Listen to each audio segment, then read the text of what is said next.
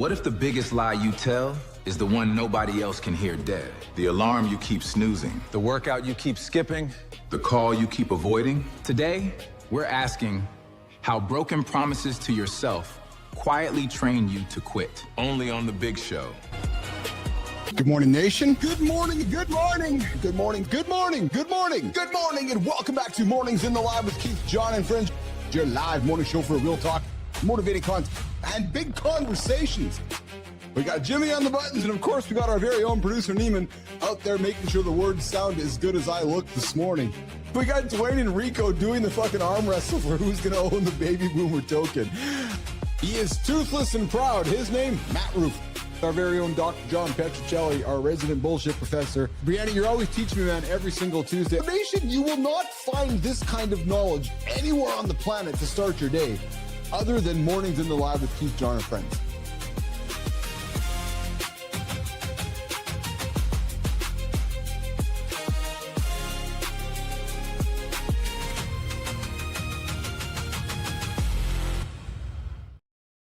Hey, what a shaking nation. It is Wednesday, August 5th, and show 3106 is live, baby. I think I got something in my ears, Jimmy. I can't hear myself. Hey, nobody hears you break a promise to yourself except my own ears. And that's why it feels free this morning. Oh, maybe it's a little weird in my ears this morning. And it's all my issue. It's not your issue. Good morning, everybody. Your alarm rings, you negotiate, and nobody files a complaint. No, not at all, actually. Just, then you say you're done drinking during the week. You're like, oh yeah. And then Thursday shows up. You're like, okay, it's Little Friday. I think I'm going to have a drink. And then you say you're making the call today, and then you don't. The number stays in your phone. No argument, no disappointed face, no contract on the table. You just quietly break a promise to yourself. Yeah, and that's what men misunderstand about confidence, because when we do something, we get confidence from it. It's the memory of doing what you said you would do when nobody could force you. And the answer? No, the answer is not a bigger promise. No, the bigger promise makes the next failure big. Well, it just seems much more dramatic. The answer is a promise small enough to survive a bad day and important enough to count. So today, nation, on episode 3106, we are going to talk about how to earn your own trust back. One kept word at a time. And that's going to happen with our very own Dan Schlund, who's joining us this morning on morning 2, I think, of his journey back to the Dan he wants to know. We're going to get all that happening. Man, I'm a little distracted by the sound of my ears this morning. We're going to get all that and so much more happening right now, live on the big show we call Mornings in the Live with Keith Jon and friends. Jimmy.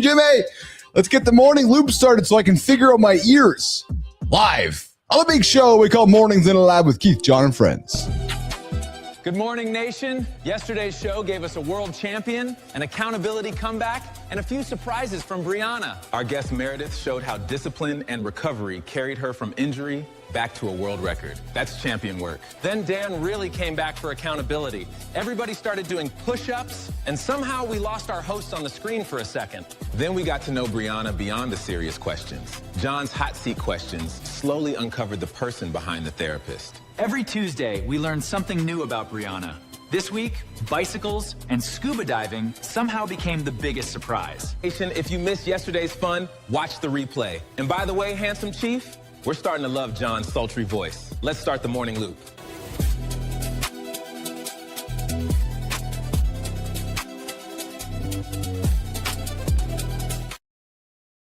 All right, you guys tune into the show before you guys know what we got going on. We got some committed, we got some words of wisdom. Looks like we got some words of wisdom from maybe Dana White. We got an epic spot. We got a WTF is this. And Jimmy, we haven't checked in with the snooze tracker in a while. No, while I clean my earpiece here, I think the problem is that there's a bunch of crazy wax in my ear. Yeah, well, not in my ear, but in like the earpiece. Sorry to gross you guys out this morning as you're having your morning coffee. But hey, that's just how it works. Good morning, Sullivan. Good morning, Rico. Hey guys, just a heads up, a big shout out. Hey Jimmy, I think Archie's in the room this morning. Eh? Shout out Archie launches the Roofing Authority Network on the LinkedIn page last night. Good job, Arch. I'm going to get you the proper logo for that one, brother. So, but that's awesome, man. I love that. Great job, great leadership. And we're going to get you the proper logo to get that rocking and rolling. rolling up there properly. But Jimmy, let's go to snooze tracker, man. Snooze tracker. I see Dwayne's not snoozing this morning, and I don't think Sloan's tracking this morning. So Jimmy, we haven't visited this in a while. So listen, there we go. That's what happens when you move that brown shit out of your ear. Yeah, good morning, Holroyd. All right, so to those of you that have been snoozing since day one of 2026, Jimmy, where are we at? 1 day, 8 hours, 36 minutes. No, is that, hold on. I gotta, my old eyes are having a hard time seeing that here. I guess a day, isn't it, Jimmy? Is that a whole day behind?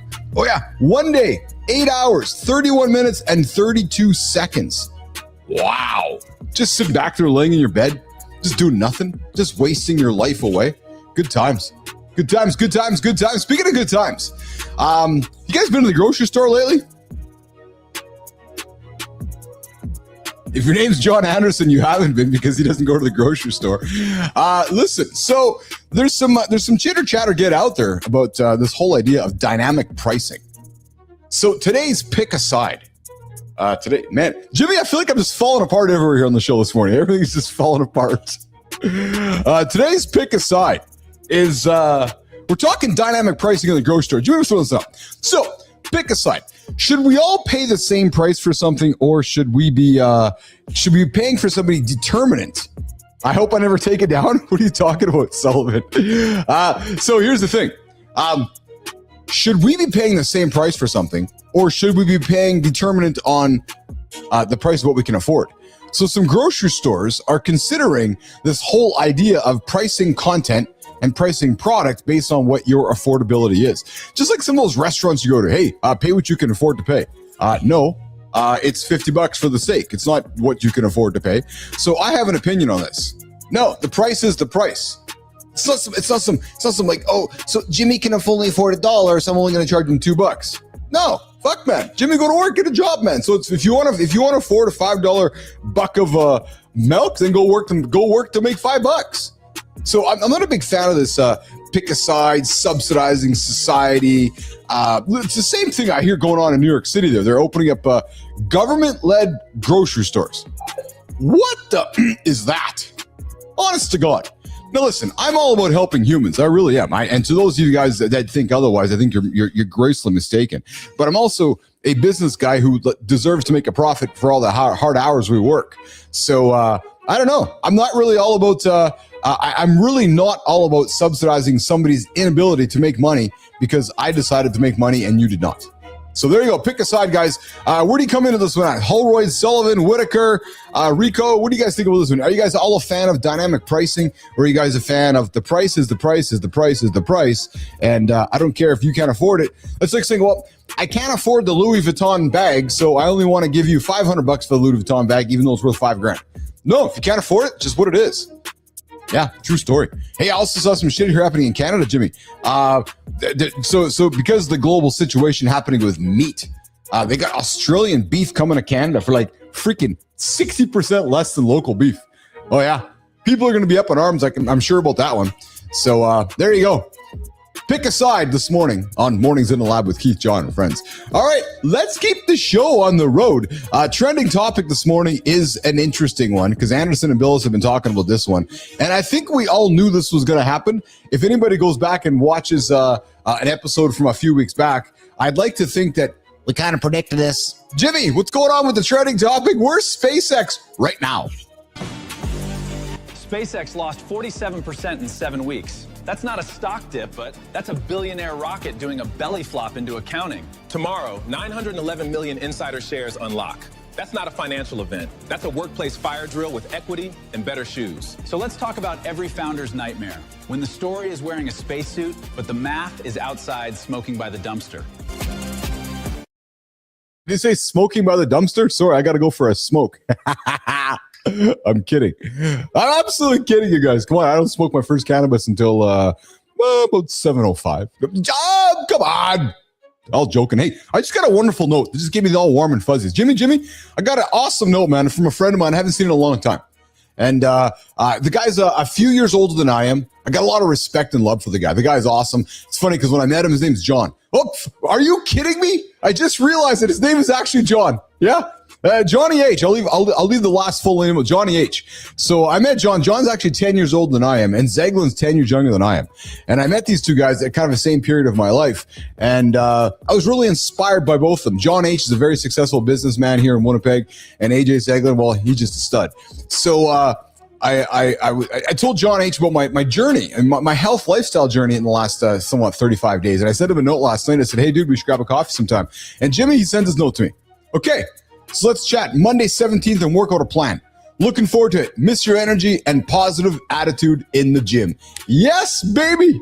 Johnny H. Nice comments from John. It's, you know what? When you get those comments from someone, it just makes you feel good. I feel great. I feel good, getting a nice little note from John this morning. All right. Yes. Keith only has friends named John. I'm trying to think now, Jimmy, if I had any friends named John before I met you guys on the show here, I'm just going to kind of go back in my life here. And I'm thinking of my days as a high school kid, as a junior high kid. I don't think John entered my life until like the last 3 years, where all of a sudden there's Johns everywhere. Good morning, Whitaker. Good to see you. Yes. Cheryl Whitaker coming up live here in about 18 minutes on the big network. We call Mornings at Alive with Keith Jon and friends. All right, Jimmy, you threw the segment and I just completely ignored it. SpaceX is going in the dumpster right now. And listen, we're just having some fun with it. It's just how the markets work along the way. But yes, for almost 50% down. So it's funny because we were talking on this show, was it back in June there, Jim, when they were about to raise it and go live, and it was the IPO. What was the IPO? About $150, and then it went up to $225. I think it was June 16th, and now trading at $115. Yeah, down 47%. Yeah, a lot of people were out shorting the stock in the last few weeks or so. Maybe there's a good lesson here, Jim. Maybe the good lesson is that sometimes the first to the game might not be the right person to the game. So I don't know. It's an interesting one. But here's the other reality. This is a long-term play. So those that are considering the investment in SpaceX or following the story, I think it's quite fascinating actually, because this will be a long ride. We're all going to watch for a long time. Again, reading in the earnings reports yesterday, they expect, and here's what's crazy, man. When I like to read these things, I like to kind of read in between the lines, right? You read all the lines, then you kind of read in between them and you go, wait a minute. Because his CFO and COO said one thing, and then Elon says something else, and you kind of got to find that the answer is in the middle of that. You know what they predict, Jimmy?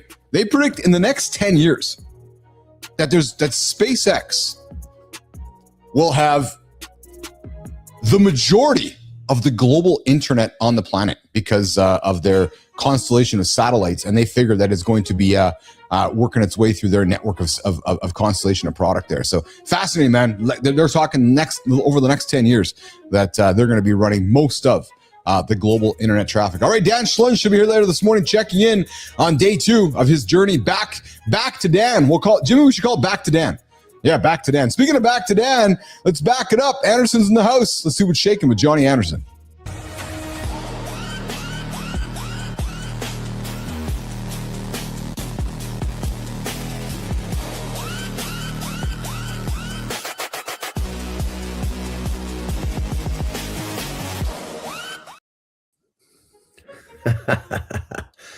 The banana. How are you, pal? I'm good. I just had a really fucking weird experience. So I go, the fucking menu is getting so big. I'm getting in. Yes. Jesus Christ. I go into Cheryl's show. Yeah. She was there. But I think that it's, I see her, but hear your voice. Oh. I'm like, what the fuck is going on here? I'm looking around and I'm trying to figure out so she was there, head down, didn't see even saw that I showed up, but she was listening to you. Oh yeah, that's right. It's like she would have had it on someone. That's funny, man. So I was sitting there going, okay, I'm just like totally like Twilight Zone. Like, fuck, I hear the little fucker. Where is he? You know? And then I realized I went in the wrong show. She's probably listening right now, laughing her ass off. Her head was down the whole time, so I'm assuming she didn't see doing that. I'm watching the show and she's laughing away and giggling away there. That's funny. I was sitting there going, and I wasn't really looking either. I clicked the button and I'm finishing up what I was doing. And I hear your voice and I think I'm good. I look it up. There's Cheryl. I'm like, okay, where's the little nutty fucker? You know? He's right here. What's going on, Kiesel? I got Kiesel in the comments as well. He says, hey, man, the struggle is real. Jon's and login struggles. Yes, true. I know. Well, that fucking menu, dude, it's getting big. That's cool. It's funny, man. So I've invited, last few months I'm working with a good friend of mine, John Kiesel, over on the roosting side of things. And you guys are very similar, yet very different in so many ways. The fact of funny is his name's John. And he's also struggling with logging into shit. But you know what's crazy, man? I had an epiphany this morning. I heard from another friend of mine. When I met AJ Johnny a number of years back at Focus, I met another fellow. His name is John H., 10 years old than I am. Go figure, his name's fucking John as well. So I got all these friends in my life that are just named John. So if your name's not John, you actually can't be Keith's friend. Nope, true story, 100%. Hey, so look I know you made too many of those at the lake house. Yes. And there's only 60 homes, right? Yeah. There's like 7 Pauls. Like, fuck, you got to be named Paul to fucking move in here? What the fuck, man? So, dude, I was eager to catch up with you today for a few things. First of all, let's have some giggles about SpaceX. And I only bring it up giggling because you and I were chatting about it as it built up to the IPO. And then how much is it down? So it's down actually 47%. So how much? What's the stocks trading this morning at 115. It was at 108 not too long ago. Yeah, so if you remember, it opened at 155, remember? And then it went as high as 225, right? And a lot of people were not even getting it. Even though they put the request at the open, they were paying 165, 170 to get it. I know. So I'm chatting because I know you and I have been tracking this just through curiosity. We've been tracking it, right? And so it's down. So there's a lot of short sellers that were predicting this. So I think there's a lot of shorts that made some money in the last 24 hours or so. But what struck me in his earnings report yesterday, John, and you'll appreciate this because you've been in the Starlink game here for a while. SpaceX is predicting in the next 10 years that they're going to have most of, I'll put most in internet traffic. They expect it to be going through their platform. Through Starlink. Yeah, exactly. Because the constellation of satellites they're doing and all the investment they're doing across that. And because there's so many nations in the world right now that use their product for internet, right? That they expect over the next 10 years that all those countries coming aboard, it's just Starlink and that's what it is. So perhaps I think even if you bought it at 200 and you hold it for any length of time, you're fine. Oh, I agree. It's just the idea that if you're going to spend 10 grand, why not get double the amount of stock by waiting a little bit? No, you're bang on. Because once it goes below 100, I'm going to start picking it up. Yeah, I think you're on the right track there because I think it's going to be one of those Tesla type situations, right? Where it's like, okay, because back when we couldn't see it, aka myself, I decided to spend $250,000 on the Roadster instead of the stock. Right, so if I would have spent the money on the stock instead of the Roadster, there's a good chance Keith and John might not be friends because Keith probably has many more zeros in his bank account than he does not. But you'd be lost as a motherfucker. Well, I won't argue with you. No, you know what? Yeah. I will not argue with you. There's a good chance, and I'll just fucking say this. There's a good chance I might have been in jail, might have been dead, might have made some really bad decisions. And I'm not but 50 million wasn't enough to fucking make you to do all that dumb shit. What does it take to get I'm not trying to say that with hyperbole. I just know myself. And I know that, I just know myself back then. And I just know myself well enough that, good things happen for a reason. And you and the other Johns have been good reasons for that. So, hey, so I was eager to chat today. I want to talk. So we got Dan Schlund joining us at some point this morning, I expect. But I also want to talk to you about my little personal lifestyle journey here. So, feeling a little hungry. I've been noticing a little bit of food noise creeping in, but hold on before you comment because I was going to text last night and said, no, I'm going to talk to Jon about this today. So because here's how my brain works, right? My brain goes, okay, this is creeping back in. Oh my God, do I got to go rush to up my dose? Hold on. I'm like, it's creeping in. No, I got to manage it. I'm listening. Stop telling me to hold on. Jesus Christ. No, I'm loving it. No, because I was last night I wrote you a big text. I was like, no, fuck it. I got to talk to Jon about this because I want to just express myself, right? So yeah, thank you because I fucking hate getting these fucking brick texts. I'm like, everybody knows I don't like to fucking read. Come on. Well, I was gonna send you. I was gonna send you a video, but I was like, the noise started creeping in, right? And I was like, okay, there's some noise here. I noticed it too. I'm like, I don't like this noise. And then the noise in my stomach was starting to grumble a little bit. Don't like this noise at all. I'm like, all right. I'm mindful of it. I'm aware of it. I know it's time to eat in an hour from now. I did my thing, hit all my marks yesterday, hit all my protein marks. Still woke up this morning, a little bit noisy. True story, not in a negative way, but it's there. Not like it was a few weeks ago. Knowing that I'm back onto the pin tomorrow. Tomorrow's my second shot at it, and to keep my weekly dose at 3 milligrams. Now, the one side. Tell me when I can jump in. One last thing. One side of me says, okay, but you should go up. Then I'm like, well, no, because that kind of defeats the purpose, according to what Jon would say. Because because you can't just keep fucking going up. Life doesn't work that way. So I'm done talking. Johnny, define stomach grumbling. Just like natural, like hunger, stomach kind of grumbling, like a natural kind of. What's rule number 1? Eat until you're full. Don't overeat. Jesus Christ, brother. You just broke every fucking rule in one sentence. I'm sorry. You listen. You need to understand the rules. We covered those. Now it's time for you to really dig into those. So please mental note this. Rule number 1, never be hungry. And I told you during Reddit, you weren't going to have to fight that much. Rule number 2 is what you're going to have to fight was never be full. That's what we've always fought. Rule number 3, the 25% rule. So now that you can feel that grumble, feed it. Okay, so that's what I wanted to ask. So I don't know if it was hungry, or that's what I wanted to converse with, whether it's hunger. That's what I said, but I said stomach, and you said grumbling. If it's moving, yeah, you're right. Duh. Yeah. So don't think here. Don't listen to this. Is the one you have to manage. Down here, you listen, because when you actually eat a little bit more, what are you going to do? You're going to fucking put on more muscle. Nobody gets fucking fat eating protein. Dude, I'm not scared about getting fat. Trust me. I know, but I'm not. I'm just saying. It's just for generally speaking, nobody gets fat eating protein. The awareness part again. That's why I'm having these conversations. Yes, because because I was what you want to do. Yes. See, when the stomach rumbles like that, yes, one of two things is going to happen. You're going to feed it, and you're going to put a log on the fire, and it's going to grow. Or you're going to not feed it, and it's going to start to fucking die. So you just pinch your metabolic rate a little bit. Yes. And remember, the metabolic rate is everything. Metabolic rate with Retta is the magic. Thank you for reminding me. Let Retta kill the metabolic rate. Now you're just like every other dumb fucker who's trying to not eat. And you know what? And I want to talk this out because my confusion has been actually, you just said that, has been unwiring my learning, man, from fucking 1,000 years. Yeah, I need to not eat. No, fuck. Well, it wasn't so much not eating, Johnny. It was because I'm on your page about eating. I'm all about the fire, burning the fire. I really am. What for me, it was maybe a confusion in my brain. Like, was it okay? Is it actually my stomach grumbling, or is it just my fucking being kind of like a wussy right now that, no, you're not hungry, Bill. It's just fucking smarten up. Right. But you're right. I'm 100%. So you have it's all two separate. It's two separate voices. Yes. Or two separate signals, I should say.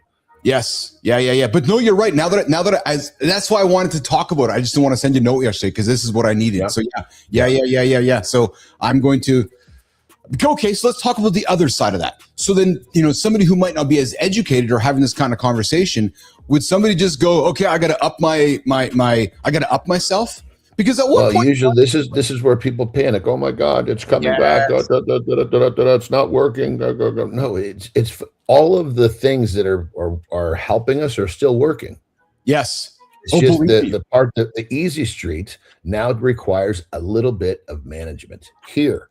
Yes. But here you feed it. Yes. Answer the door. So your body knocked on the door. Knock. Awesome. If you don't fucking answer, it's going to stop fucking knocking. Dude, that's awesome. I love that. And trust me, I was going to send you pictures from it, and I'll wait for a few more weeks because, dude, I have never looked right now the way I've looked ever my entire life. Dude, we're going to listen. In your mid 50s, you're going to have a better physique in mid 50s than you've ever had in your life. Dude, I already have, and I'm kind of I'm a little bodybuilder man. I joke with you, but I'm a little man. And I this morning I was like, wow, looking pretty good, Bill. Let's get back to the fuck, go eat some food. So I was feeling good about myself. I was, but I was really eager to have this chat about what's the difference between what's happening up here and what's happening here. So thank you for that. That was so the best way to deal with this is just ask yourself a question. What am I listening to? Yes. My stomach or my head? Yeah. And if my stomach's grumbling, go feed them. Go fucking feed it. That's the fire saying, I need some fuel. Here, that's the one. That's the one. Now we start to learn to manage because it's very manageable. You did it. You did it last night. No, I did it last night. No, you're that's right. What I'm saying. Because it's become because this voice is a whisper. It's not a yell. Oh yeah, dude. Thank you, man. Thank you. Yeah, thank you. I appreciate that. That's Nation. We're just doing some live lifestyle learnings on the air here with Keith and Jon this morning on Mornings in the Lab with Keith, Jon, and friends. I needed that reminder, chat. That was a good one. What we're doing though, so because this is a huge problem for most Reddit users, right? This is the part that people complain about. Because with semaglutide or tirzepatide, Gen 1, Gen 2, that part that kills the stomach is so much fucking stronger that doesn't come back for a long time.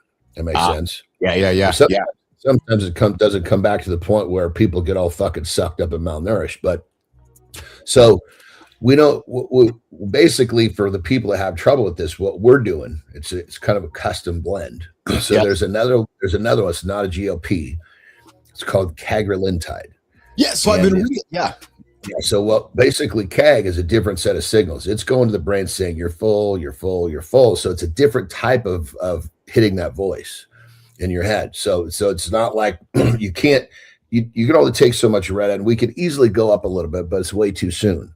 That makes sense. You need to learn what we need to do is let you learn to manage this. And when the management becomes borderline uncontrollable, then we'll pop it up a little bit. And then the same thing, the process will repeat itself every time we bump ourselves up, and you're going to have different cracks at management every time. At a certain point, let's just say 5 milligrams, right? We're going to say, okay, we're going high enough with the Reddit. Maybe, who knows, maybe 6. We don't know. Bottom line is once you cross that 4, you've kind of maxed out what at least the studies are showing. You've maxed out I shouldn't say max out, but you've got the glucagon receptor, which is the fat burner, running at full steam. So you're not even running at full steam yet, right?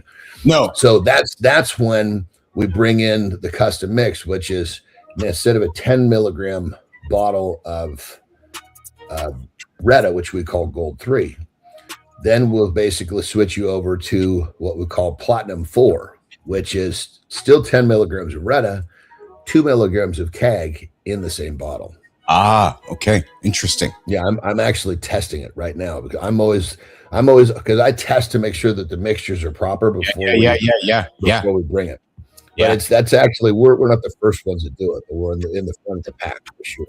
Cool. Chase was actually the first one to do it. Yeah. So let's come back to that. I've been let's come back to that in a little bit. I want to keep the first one to do it by knowledge. Forgive me. Yeah, no, but I've been because I heard about CAG and I wanted to ask you about that. Plus, there's another one too. But let's get back into that in a little bit later in the show. Here we got Dan Schlund joining us. Dude, I'm fucking enjoying this research journey. I can tell you that right now. We got Dan Schlund joining us at some point this morning. Maybe we can do some push-ups. Here's what we're gonna call Dan. Yeah. So you said I don't know what you said. It was gay. We got to do something better than that. You know, you're just as bad at that as nicknames, dude. Yeah. What are we calling Dan? Rocket Man to Round Man. Yeah. Back to Rocket Man. Yeah, that's exactly it. And they will create like a graphic. You see that poor fucker? He climbs up off the ground. He's round as a goddamn bowling ball. Oh, fuck, Anderson, you're funny, man.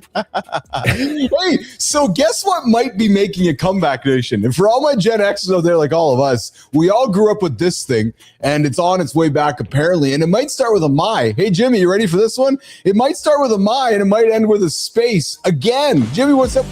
MySpace is coming back, which is perfect because America definitely needed one more place to ignore each other with glitter backgrounds. I'm terrified somewhere. Anderson just woke up like Dracula, whispering, "Put me back in your top 8, bitch!" So the question is, are we nostalgic or just so socially broken we're rebooting our emotional damage in HTML?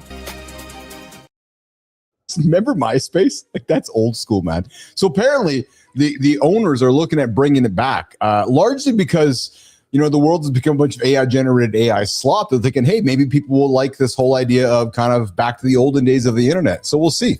We'll see if that it does make. It's like bell-bottom jeans. Well, yeah, that's exactly it. Yeah, 100%. Well, and see, in MySpace hit at a time when such a small percentage of users were up to speed, so it didn't really get put into a very hot market. No, and then nowadays you drop a new one in, like, fuck, look at all these new things coming up, fucking Substack and this and that. Da, da, da, da. I know. This is great. Listen to this, dude. This is so funny. My mom is like, "Oh yeah, I've been watching you on Substack."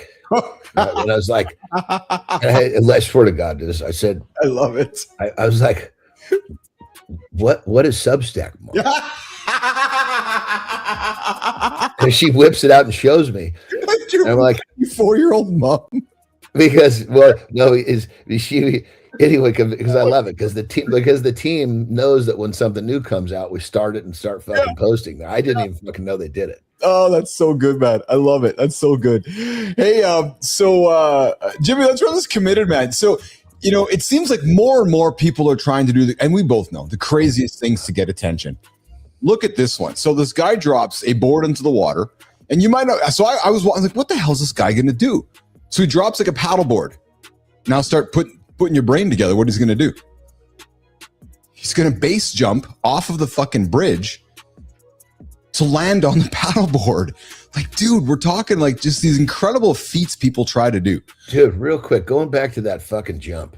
Jesus Christ, if that throw is interrupted by a foot catching that thing, he doesn't fucking open his chute. Isn't that true? Right? Yeah. Fuck, dude. Well, look at the way he threw it, dude. It was like, that's like, holy shit. If you don't get that thing just right, you're going to catch a limb on that thing, and it's wrapping itself around you. You're just going to fall straight to the water. So he didn't land on the board per se, but I saw the throw too, and he did it so nonchalantly, like, oh yeah, just like it was. Yeah. He did not enough mustard. He catches a toe. Yeah. It's over. Yeah, exactly. Hey, on the weekend here, and we've been talking with this guy for a few months, but I don't know if you knew this. I did not until I saw this clip. Before Obi Fama became a WWE superstar. Check this out. Did you know he was a pretty awesome, like, NCAA shot put athlete? Eh? Like, hey Jimmy, do you have most of the fucking head? Before this guy was body slamming humans on national television, he looked like he was one bad lunch break from quitting life. That's the beauty of America. One day you're underpaid and dead-eyed. Next day you're oiled up, screaming in spandex. So let's talk about the most ridiculous career glow-up in sports entertainment history, because LinkedIn could never compete with this shit. Big shot put guy, Johnny. Well, most of the heavy hitters, like, they grab them from some other place like this. Yeah. Like, I was at the Arnold when I'm having Adam shit, I can't remember, Shear, I think. Yeah. He was in a strawman contest, and Mark Henry saw him. Was like, dude, let's bring you over here. They're always on the lookout for for a massive fucking dude, because they understand, there's potential to turn him into the next monster. I guess so, yeah. Because you look for the big guy that stands out, the monster. See if he has the attitude, the character, if you can kind of bring him to life, right? And then you go and recruit him. So, but I didn't know. So he's a Nigerian fellow, quite successful, I guess, on the as an amateur athlete. And I think you called it once they got him into the business, they realized this guy could be a superstar, and he's just taken a whole life of his own on. He's quite the beast. Yeah, I mean, you look at it, that's when he showed up. Well, you can see he's still a big dude, but he was not walking around with his shirt off. No. So they just knew all they need to do is peel some fat off him. So they bring him into developmental. Yeah, I think he actually worked with a guy that I worked with. I think the guy who oversees the training center I used to work with in New Japan. Okay, yeah. And so they bring him in, they start teaching him how to wrestle, and then tell him he's got to get himself in fucking shape. And if he can do it, that's one of the biggest things, is getting themselves in shape is one of the hardest parts of the equation. Oh yeah. He did if you look, we looked at those pictures of before and after. He was a fat fuck. 100%. Yeah. He was a fat thrower, which he needed to be, not saying fat in a bad way. I know. It's like a fucking fat O lineman. Who cares? Yes. Yes. But he transformed himself. So right away, they realize, okay, he can get himself in shape quickly, and he's got the discipline to do it. We can put some fucking effort behind him. This guy has the ability to do it, right? So let's put some effort and money behind him. Well, you're right. I guess when you put it that way, right? Because for us to put some effort behind you, effort means money, and I got to know that you're going to be committed to the work, because I'm putting a bunch of money behind you to push you. right? So yeah, I never really kind of thought about it that way. Hey, so you know, you and I joke often about robots and you know, robots coming and taking the world over, and the world of drone warfare, you know, changing shit. Well, a brand new interesting looking robot has introduced the world. Hey, Jimmy, how about this robot that has wheels? Pretty damn scary and fast at the same time. Jimmy. This morning's story, a 25-kilo robot dog with wheels can outrun your jog and follow you. That's not innovation. That's a nightmare with traction. If my dog followed me 30 kilometers, I'd call it loyalty. If this thing does it, I'm updating my will mid-sprint. So the question is simple: rescue machine, factory helper, or the world's first Roomba that makes you shit yourself?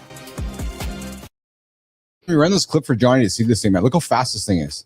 So it goes up to 20 kilometers an hour. Straight all-terrain vehicle. Look at that. Look how fucking scary that is, though. So they built it. Jesus Christ. Can you see that thing fucking coming down a mountainside at you? Holy Christ. Dude, right? It looks like a fucking creature. It absolutely does. So they built it for civilian inspection and industrial work. Yeah, not really. They built it for robotic wolves for reconnaissance and assault. So it's actually a military vehicle, as we can see it is, right? It looks like they created that for when they're going to bring in martial law is what they created. They created that, and when they decided to go and take over that island across the Strait of Taiwan over there in a couple of years, which they'll just first those things there, and it'll just okay, we're done, we have it. That's called the modern day sheepdog. Yeah. No kidding. Good morning, everybody. Hang out with Keith and Jon this morning on Mornings Alive with Keith, Jon, and friends. We got Dan Schlund, I believe, Rocket Man to Round Man to Rocket Man, who should be on the show this morning. Our new word for Dan Schlund this morning. Hey, rocket to round to rocket. Rocket round to rocket. How was your day yesterday? What'd you do with the brother and the mom? What'd you guys do yesterday? So I hung up my brother a little bit before he went to work, and then just went and hung out with my mom. We were there till 6 o'clock, then came back home with my brother, and I think then said goodbye to her because we won't see her again today. Then we'll hang out with my brother again, probably 10, and then we'll split. Oh yeah. Just straight up. A lot of great conversations. I know you love those conversations with your mom, don't you? I love them, definitely my brother too. I mean, different conversations, but it's just, you know, we don't. My brother was like, "What are you guys up to next?" And I kind of laid out. Tara and I have a fucking packed rest of the year in a good way. Yeah, you know, like we have literally the rest of the year is pretty much scheduled out every other weekend until we get down to Mexico. It's every other weekend we have some other engagement with, you know, people that we care about. We're just, as you think about it, God, you get to this certain point in life, you know, you've got the financial freedom to do the fuck you want to do. What's important? Your relationships. So go fucking invest in them. Yes, absolutely. Yeah, it's hard to argue with that. Absolutely hard to argue with that.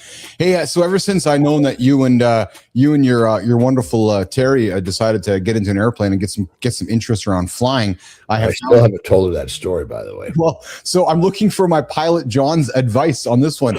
What do you think happened wrong here? Jimmy, run this clip for us. So check this out. So, and I'm being serious.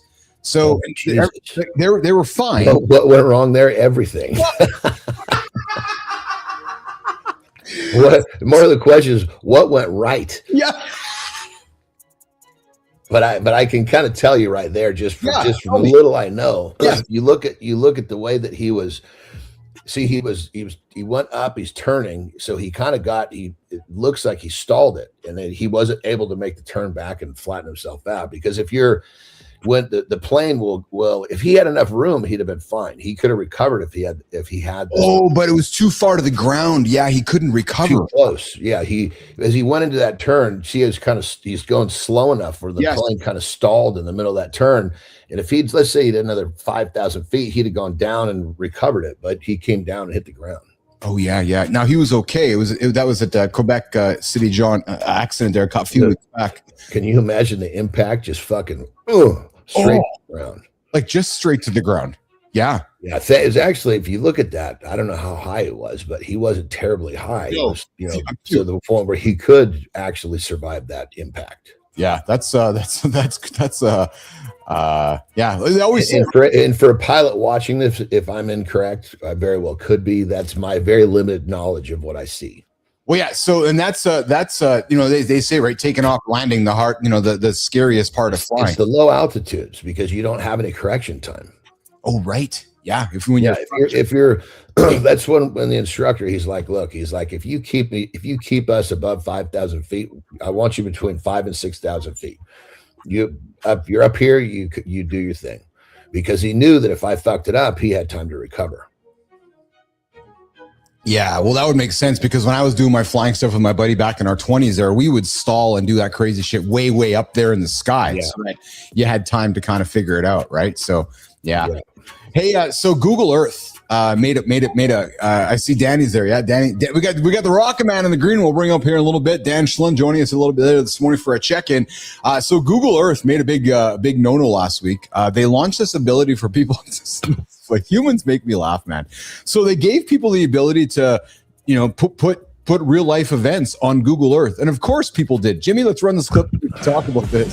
Preston, why the hell does Google Earth have a button that turns my neighborhood into Call of Duty?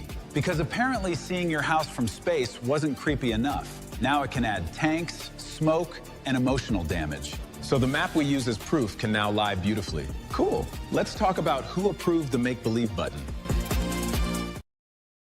So the funny thing is that Google Earth is obviously a very well-respected tool that a lot of legitimate organizations use. Many humans do. Well, they added a button last week that allowed you to generate imagery within the tool, Johnny. So people started creating and then started circulating on social media that these fake events were happening, but because it came from Google Earth, people were like, oh my God, it's real.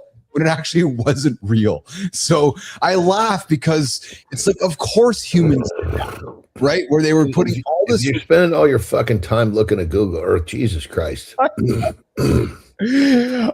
damn it. We all have this. Yeah. You give something some meaningful shit to do. Well, that's why I put this on the table, man, because I was like, man, people got nothing better to do except wreck the world with Google Earth and doing shit like this. So Google removed it because they're like, oh, I guess we probably should remove that. And actually, speaking of that too, so there's also some news breaking that mass migration situation in Spain. Apparently, plenty of that was driven by fake social media news on X, where people saw shit happening. And it was like, oh my God, there's a lot of shit happening. We got to go too. When in reality, I had an individual. Remember, Terry fucking woke me from a dead sleep, thinking we were fucking getting attacked by God knows where. Oh man, it just never ends. It never ends. I'll tell you what never ends. This might be a good segue to Rocket Man coming up in a few minutes here. Jimmy, has the state fair? Well, the food being served at the state fair has officially lost its mind, and I am not having any of this. Jim.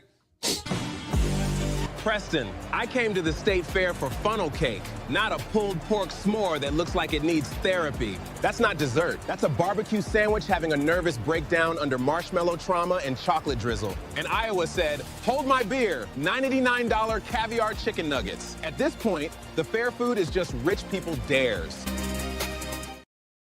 Ready for a disgusting discussion here. So the 2026 Indiana State Fair, right? Clearly not listeners of our show, includes the Smork, created by Nitro Hot Dog Barbecue, a classic s'more combined with slow smoked pulled pork served on a fried sugar biscuit. Good morning, Mr. Daniel Hall. Good to see you, brother. And they also list bacon and chocolate spiral potatoes, junkyard spam dog loaded with macaroni and cheese, coleslaw chips, barbecue sauce, and jalapenos. Like, honestly, it's here's the thing.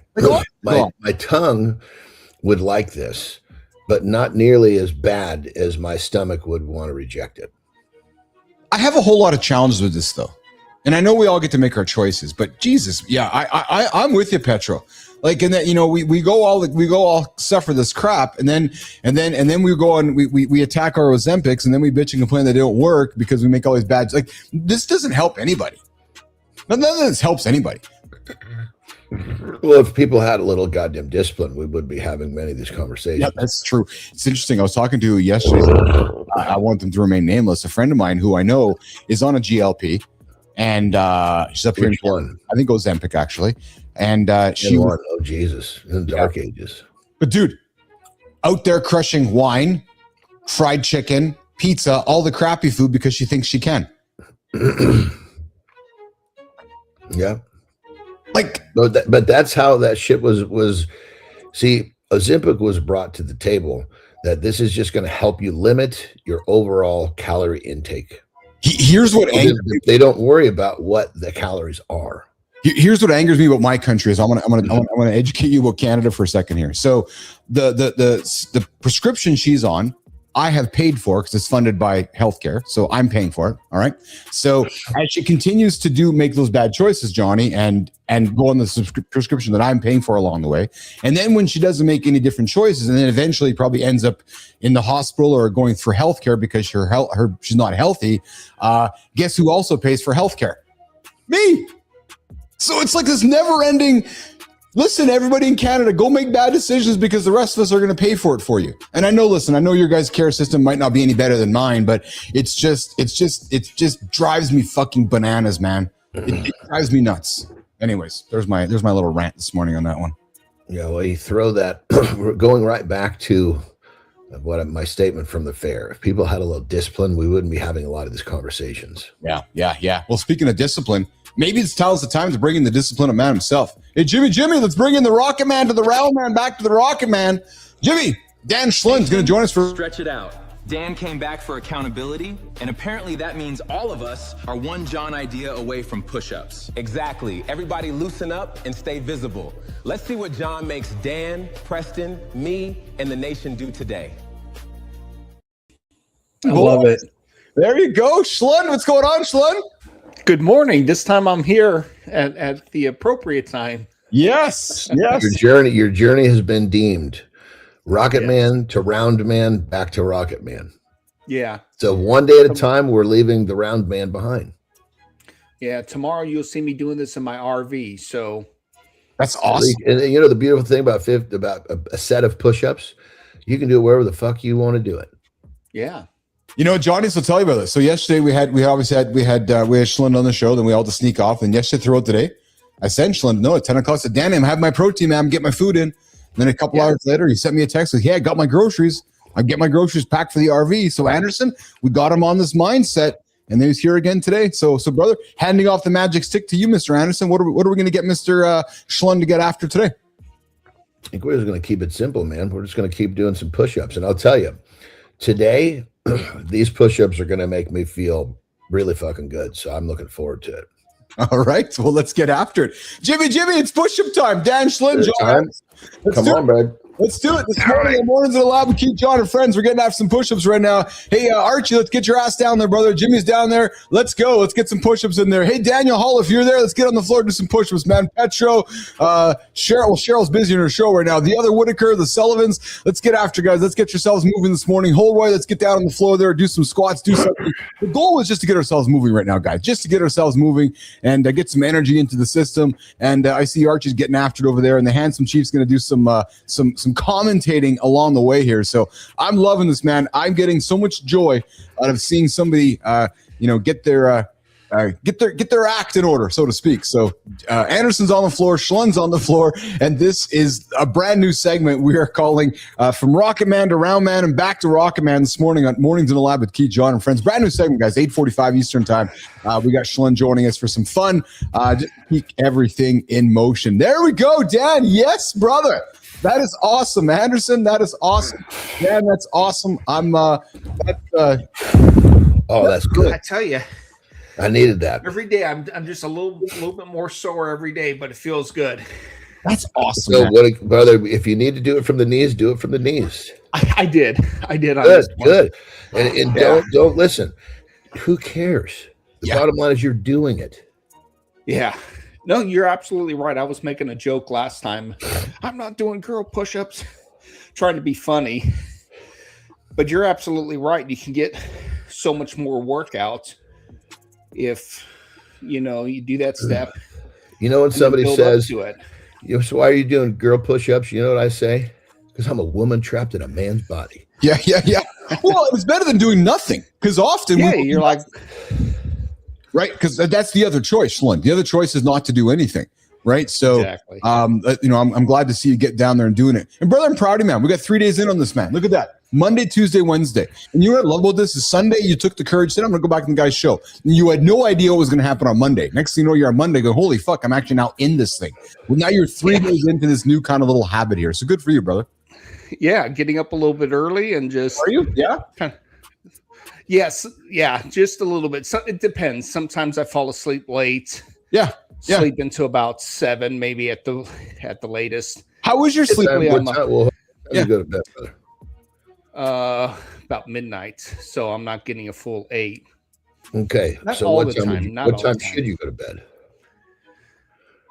It's difficult to fall asleep. But that's not the question I asked. What time should you go to bed? 10 o'clock. Okay. Pick up your phone. Set an alarm for 9:30, which is a reminder it's start time to get ready to go to bed. You're probably going to be on the fucking couch doing nothing. So get your butt up, get yourself ready. And if you're going to do nothing in bed. Stop fucking watching TV, stop doom scrolling, whatever the fuck you do for the last 2 hours. You're only going to start falling asleep if you try. Yeah, it's actually ridiculous how simple that is. But I did that. And I found myself over the last few weeks. I've kind of reimagined my journey here. It was like, hold on, Dan. Did you set that to go off every fucking day? Not just tomorrow or not just tonight. Set it till it goes off every day. There's a little thing where you can pick the days. Oh, there, I see it. Yeah. Pick every fucking day. Yeah. Saturday.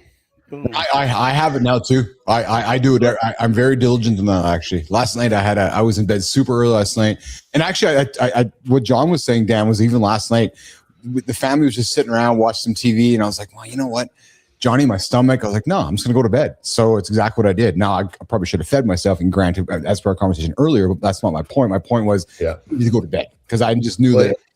Here's the thing: nobody's gonna get fucking upset because you're going to bed. Well, that's. Fuck. No, it's mostly. Hey, let me ask you in your audience something. A lot of times I just fall asleep in my massage chair, and sometimes I get the fucking best fall sleep. asleep in your fucking bed. I know, but I sleep better sometimes in the chair. And Well, it's to be honest, probably a weight thing. it's because you're fat. That's why. Yeah. Well, as soon as we get round man disappearing a little bit more, you'll do better. But the bottom line is you've got to stop all this fucking, I fall asleep over here. I don't. It's just this random shit that's going on. Your body has no fucking clue how to set a rhythm. Yeah, I lost that. I'll tell you. So the 9:30 brings, you got 30 minutes to get your ass in bed. Yeah, it's funny because Petro says something. You know what the crazy thing is? I guarantee you there's not a conversation happening on the planet right now about something this simple, but yet so important, because Petro's right. So many people need this reminder to stop wasting time doom scrolling and TV binge watching and going to bed.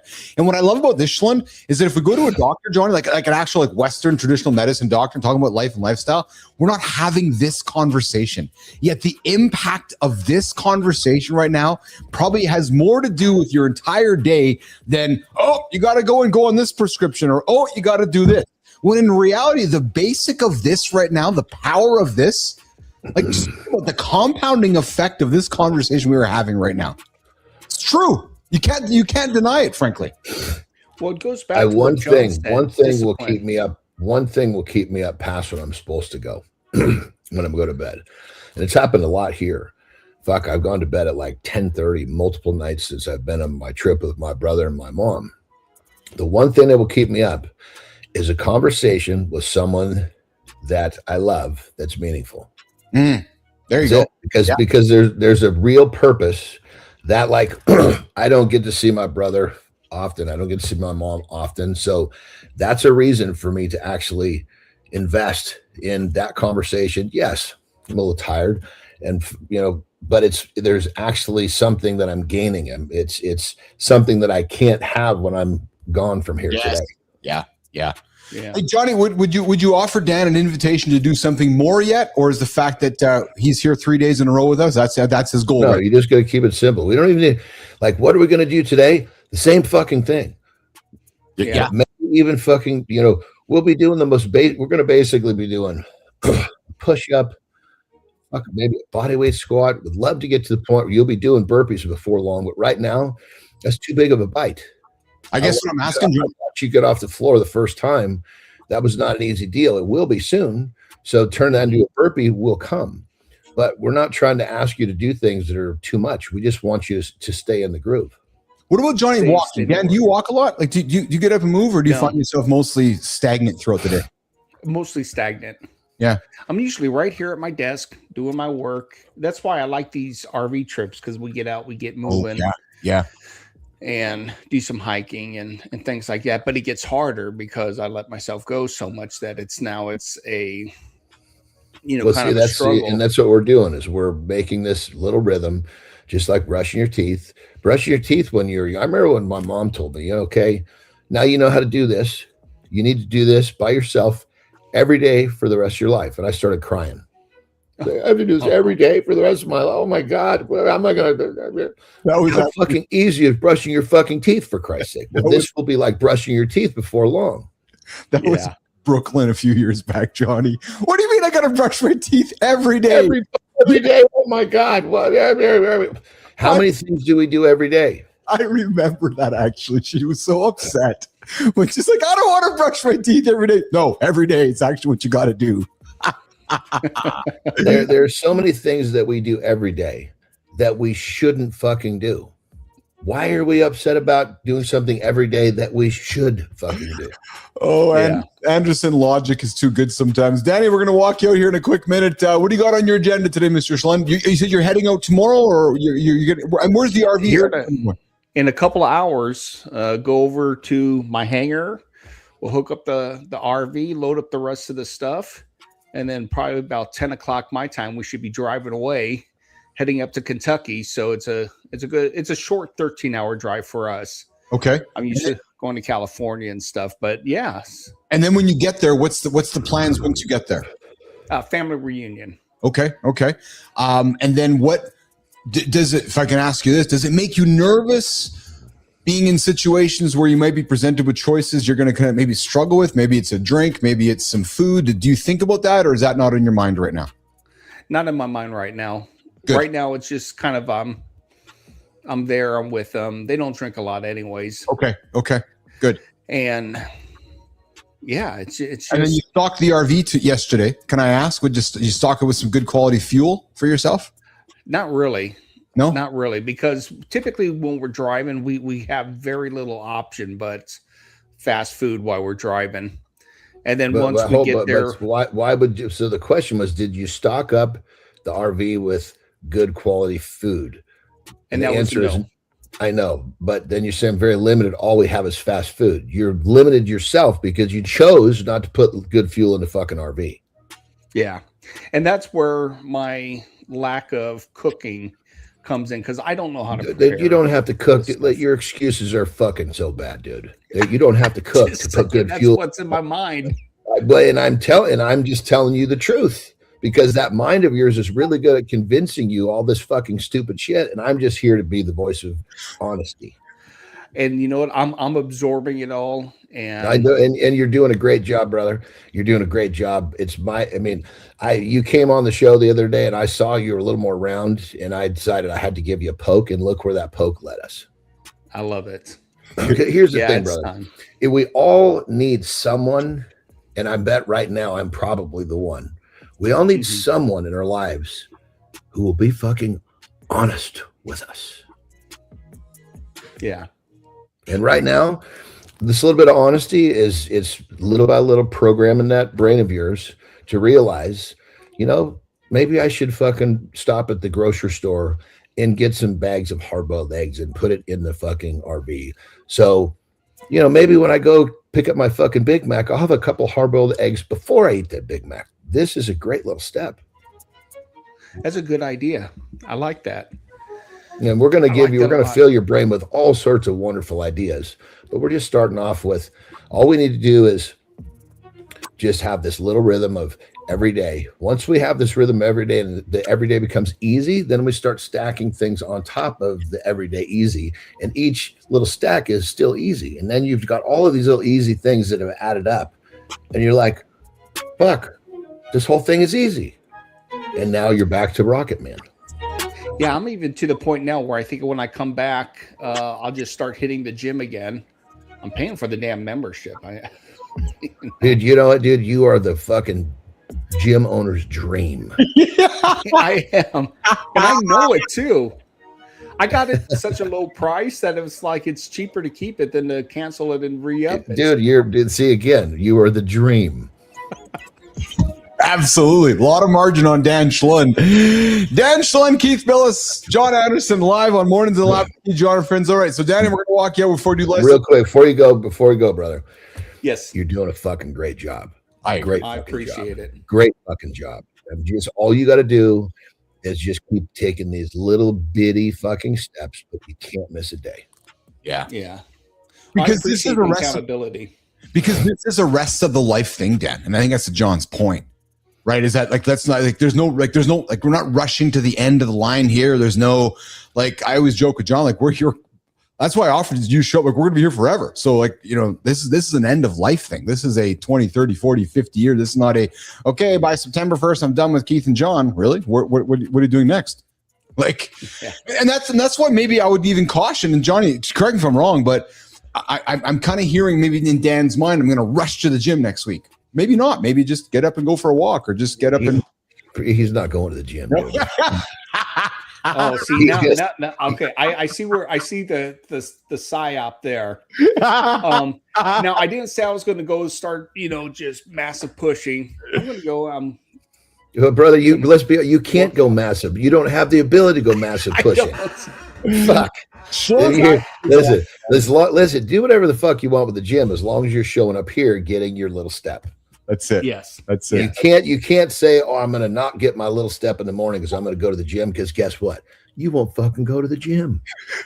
I just want to go to the gym so I can start presenting more here and just we'll get there. Kind of working out. And yeah, we'll get there. It's only day 3.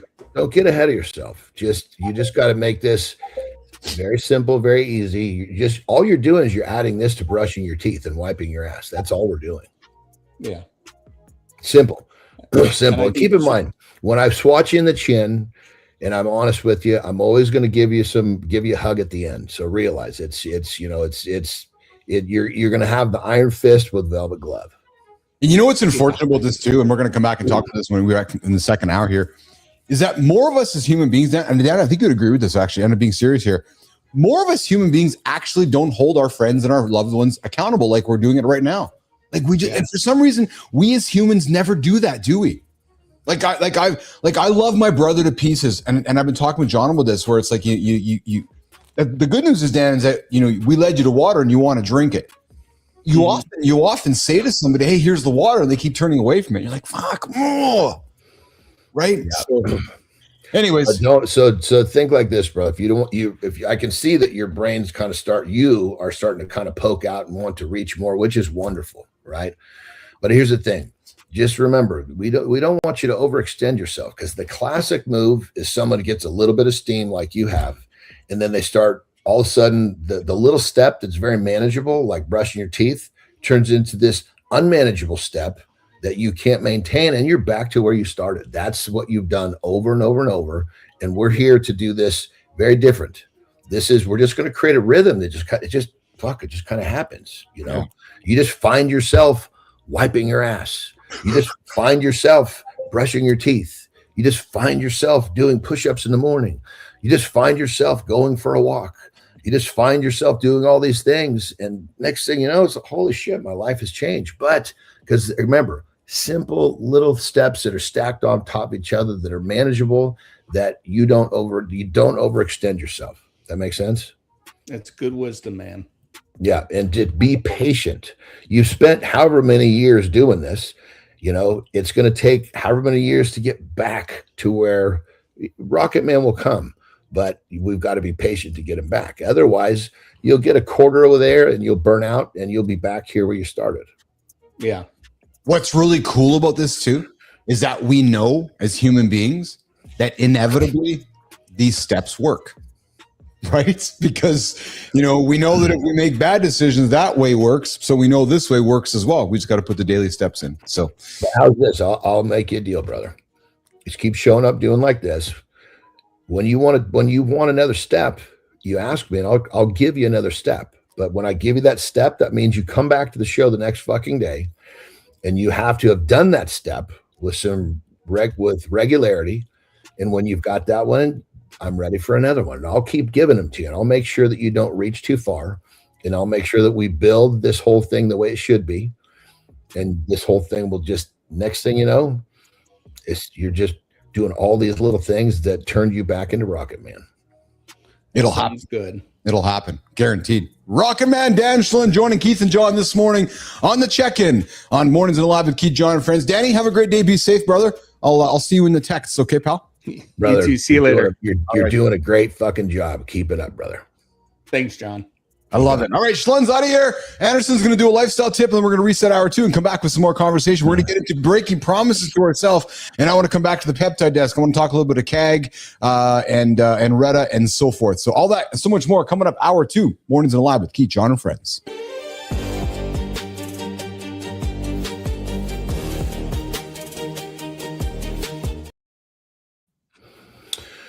All right, we're going to kind of run with some of the stuff we were talking about with Dan here. Every day, that phrase seems to really bother people, unless we're talking about doing the shit that you shouldn't do. You see, you do things every day, period, end of story. Your problem is you do more things that you shouldn't do every day than the things that you should do every day. It's like a seesaw. Well, if you were doing kind of equal, you'd be doing this. But unfortunately, the things that you shouldn't do are way the fuck up here, which pushes the things you should do way down here. So when you think about getting where you want to go, we could be talking about your health, your fitness, your business. It doesn't fucking matter. This formula applies itself to your relationship. It doesn't matter. Every day is something that you need to really get a grip on and understand that this is the secret to the formula. So ask yourself a question. When you hear every day, when it comes to something you're supposed to do you hem and haw? If you do, take a deep fucking breath, give yourself a firm fucking slap in the face, and then look at all the shit that you do every day that you shouldn't fucking do. And then just realize how ridiculous you sound for hemming and hawing over the thing because you have to do something new that's good every day. It's so goddamn simple, but you've got to frame it properly. You've got to be honest with yourself. But most importantly, it all starts with getting over this every day, because you do so many things every day. You just have a fucking lopsided fucking perspective on the shit that you're doing every day. Rock and roll.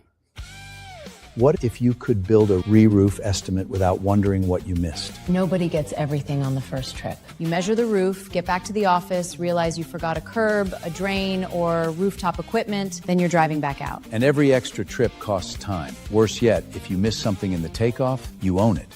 So what's different? A drone isn't writing the estimate. No, but it gives me everything I need to write a better one. A complete 3D digital twin. Accurate point cloud measurements, every penetration, every curb, every edge, every piece of rooftop equipment. If I have a question, I don't drive back. I rotate the building on my screen. So it's really about having better information. Exactly. Better information leads to better takeoffs. Better takeoffs lead to better scopes. Better scopes lead to better bids. When you're working from complete, accurate data, you're not guessing. You know. And knowing beats hoping every time. The contractor with the best information is usually the contractor in the best position to win. That's what Optelos delivers. That's the what if.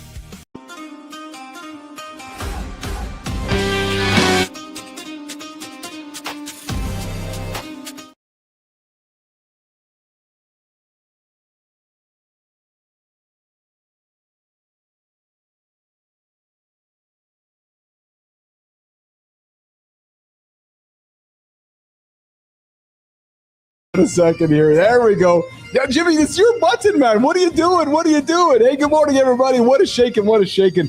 You know, we're back on hour 2 of Mornings Live with Keith, Jon, and friends. We just wrapped up with Dan Schlund, the Rocket Man to Round Man, back to Rocket Man. You know, and sometimes We just got to sit back and listen to Jon's words, man, because they're so real. They're so true. They're so real. And I have found in my journey in life, too many of us have overcomplicated things. But the reality is that the advice that Johnny's given Schlund is so helpful. Little baby steps at a time. And as Sullivan says, yep, small hinges open big doors. To stop oversleep, set a strict bedtime, and sleep at that time, non-negotiable. It overflows into many great things. All right, guys, let's get into hour 2. We're going to talk about the promises we break to ourselves, kind of segue to this conversation. And then we're going to keep it going. We're going to talk more of the peptide world. I want to learn about CAG, and we're going to talk more about Retta, eating, and et cetera, et cetera. All that and a bunch of other great conversations next. Mornings in the Lab with Keith Jon and friends. The most dangerous lie you tell is not public. It is the private promise you keep breaking while pretending it did not count. You say tomorrow, then tomorrow becomes negotiation. After enough repeats, your brain stops hearing commitment and starts hearing suggestion. That is how men lose confidence quietly. Not because they are weak, but because they have collected too much evidence against themselves. So the answer is not another massive reset. It is one small promise, kept clean until your word becomes trustworthy again. So Keith, Jon, what is the promise men keep making to themselves that they secretly stop believing?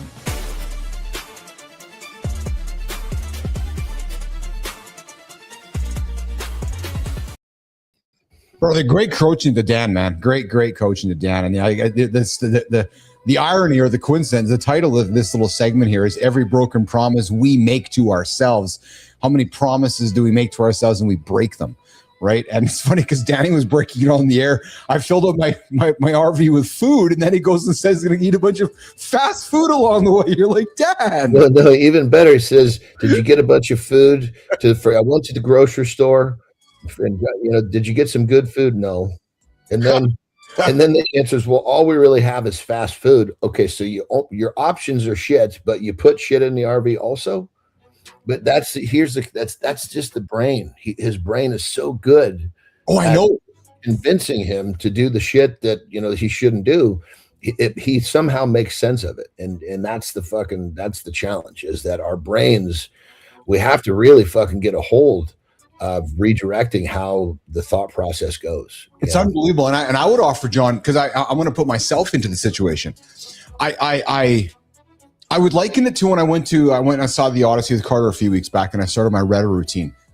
In the past, I associate going to the movie theater with grabbing a bag of M&Ms, sitting there and just mindlessly eating chocolate and getting those dopamine feelings, right? Of the sounds, the feelings in the theater, like all the comfort, right? So in my mind, I'm asking myself when I hear Dan, it's like, okay, I know what it quote unquote feels like to be driving in a road trip and driving in the RV. And I associate that with stopping into Burger King or eating the crappy food. And to me, when I hear that, I think what I'm getting at is that we as humans, we associate our brain with these moments or these events. And then that wins often.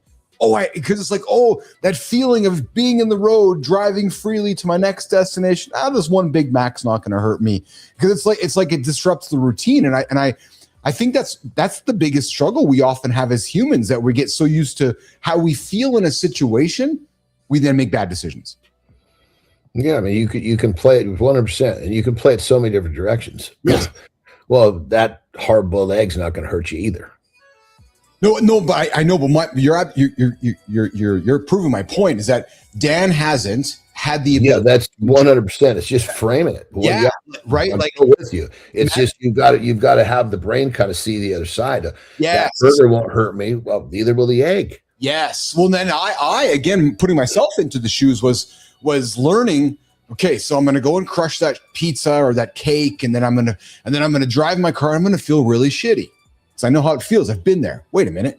If I make a better decision, eat that egg or eat that salad or whatever, eat the egg, sitting in my chair in the car, I'm actually not feeling shitty. I do that enough times. I'm like, I feel good making this decision. But we have to make the decision to feel good before we go back to it again.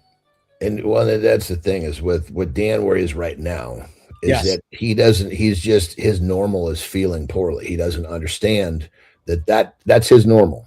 So that Big Mac doesn't make him feel any worse. Yes. Well, and that's like talking with somebody who I have a lot of love for, my brother. He's like, he said, I didn't sleep well last night. Well, what did you do before bed?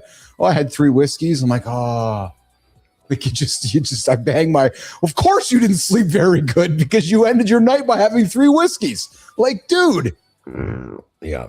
Like, Like, dude, like, and then you wonder why we're not winning in life. But again, I think it's because we associate a feeling, right? I journaled yesterday. I journaled yesterday. I was feeling a little bit of stress. I'll tell you what, I was feeling I had a little bit of stress yesterday afternoon. What part of the day was it? Midday, late day, early day? Yeah, let's talk about it because I journaled it, and I found some stress, some cortisol creeping in. You know what I did? Went to the garage, sat down on the chair, put my phone away. What time was it? It was about 4:30 or so, maybe. Yeah, because by that time in the day, it's like you've had that shit slowly building in your system. I got a really good remedy for this, brother, if you want it. So here's what I did. I'll share with you what I did. I went and sat in my chair in the garage, and Dwayne Whitaker knows what I'm talking about here. I went and sat there, and I just put my phone away, and I just looked outside and watched nature, and just focus on my breathing and focus on bringing my cortisol down, and put myself into the moment, and put myself into where I was, and I just worked on reframing my entire mind. Then smoked a joint. But here's what was different. I didn't go and smoke the joint to get myself out of the situation. I went and smoked it once I was in a nice, mindful, relaxed state. It was like your reward. Bingo. Not the crutch. So it was a complete rewire, and I intentionally did it. I was like, you know what? I need to go have a sit. So I sat down, sat with my dogs. I had Charlie on my lap, just rubbing her belly. And I'll tell you something else Red has done for me too. I've actually cleaned up my entire fucking phone. I got like one thing on it because I have no interest in looking at else. I cleaned up. Like, you look at my home screen, like, I've actually got rid of all the shit that distracted me because it doesn't add any value to me anymore. Like, no. Yeah. This will be good. Yeah, you gotta go get that stuff 100%. because it's really not that important. If there's multiple steps to do something that you don't, you'll not do it plenty of. And you know what else I've been enjoying too, and I'll offer something that I've been enjoying doing. And I know you're a pencil guy, and I appreciate that. I don't mind talking. So ChatGPT has really good voice in it. I've actually added a journal into my ChatGPT, and I just talk to it throughout my days. So yesterday, I was just talking, feeling this, feeling that. Well, dude, talking is also very helpful. Also, yeah. And then what it did, John, at the end of the day, I had it summarize for me. I said, summarize my thoughts all day, and it gave me a nice summary of all my thoughts. I reflected on it before I went to bed last night. It was actually really cool. I really enjoyed it because it gave me, it talked me through. Hey, you were stressful, you did this, and I've just been documenting everything, which has been really cool. Go ahead. So basically what you described was, as you said, your cortisol was kind of built through the day. And you got to that point where I've had enough. I need to do something. Yes. Great for you for doing that. But here's how we manage that. And it's so simple and it'll actually save you a lot of time and give you a better second half of your day. So basically as we wake up and as we go, our cortisol slowly marches up, right? So what we have to do is we have to reset it through the day. So, and how do we reset the cortisol? We don't think about getting rid of the cortisol. We think about basically, it's because it's anxiety. We don't think about how do I get rid of this anxiety? We think, okay, turn on the gratitude spigot, turns off the anxiety spigot. So every time you eat, which we know is repetitive. Yeah. Right. Yeah. 60 seconds before you eat, go into just a nice, simple state of thought process of gratitude. And what it does, so as the day goes up, every time you have a meal, your cortisol is rising for 2-3 hours. Gratitude, eat. Smart. Gratitude, eat. And it basically by the end of the day, it's still kind of here versus way up here. Yeah. That's a good awareness point, actually, isn't it? It's really crazy. The crazy part is that at the end of the day, you'll still be in your creative mode, which then totally changes your effectiveness. Yeah. Because once we get that gratitude point, it's like you're kind of done. Your creative process is totally stifled. Yeah. No, dude, I'm with you. I'm absolutely with you. 60 seconds of gratitude with every time if you eat repetitively, like we do, 60 seconds of gratitude every time will be a game fucking changer. Yeah, that's good. Good tips. Tips from Johnny. Gratitude every. Yeah, I like that a lot. About every 3 hours we eat. So it's, if you think about it, it's only 5 minutes over the course of the day, but it manages that state so you stay where you want. What I like about it, and I'm a fan because I do this myself throughout my day. I'm very intentional with it. But again, why I like our show is these awareness moments. So now that we've had this conversation, it's in my brain now. It'll create awareness for me, and I'll do it. And that to me is the whole value of these kind of things, right? Because if we don't talk about them, humans don't do these things because we don't talk about them, so we don't do them. That's why I like these awareness moments. So wait a minute, when you reach into the fridge today, you say to somebody, think gratitude. Oh yeah, fuck yeah. You do that 5 times, you got 5 gratitude moments. Fuck yeah. Like that habit. Yeah, and that right there is I call it to my clients, you're stacking gratitude. Yeah, but my point though is that it's like we don't teach or talk about those stupid simple Never. And but they're so fucking effective. Change your day. I know. Yeah. I agree with you. That's why I'm grateful to have this conversation, because I'm going to do it today. I will do it. And a good day can turn into a good week. Yes. Good week can turn into a good month. A good month can turn into a good year. And just a couple of those good years can fucking 100% change your life. That's it. All right, Jimmy, let's do a little disclaimer for the peptide desk. We'll have some chats with Johnny around some peptides, caglinitide, Retta, and I think Alora. Johnny, you heard about Alora lately as well? There's some that other one too, actually. So, Jimmy, let's run the disclaimer. We're going to come back with John and Keith for a few minutes. Before we start, this peptide desk is educational. We discuss ideas, research, and observations, not treatment plans, prescriptions, or instructions for your body. We examine what peptides may do, what evidence exists, and where the hype outruns the facts. Curiosity is welcome. Blind imitation is not. Everything you hear at the peptide desk comes from Jon's personal experience, research, and observations. It reflects his decisions and results, not yours. This is not clinical advice. Before using peptides or changing medications, hormones, or treatment, speak with a qualified medical professional who knows your history.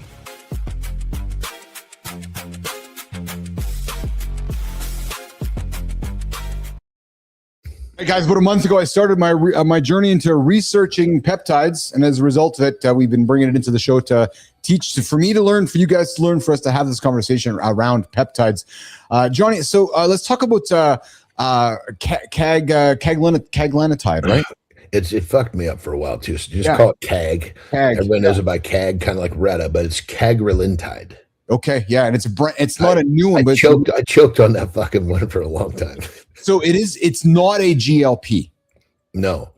So you can use it with a GLP. It will synergize versus if you put 2 GLPs together, most people have really, really bad reactions. When you mix most GLPs together. Yeah, they're not designed to do that. No, like I see people stacking tirzepatide and semaglutide or tirzepatide and Retta, not advised. Yeah, and basically what you're doing, like perfect example, Retta is like, so let's just say semaglutide is here. Tirzepatide is here. Yeah.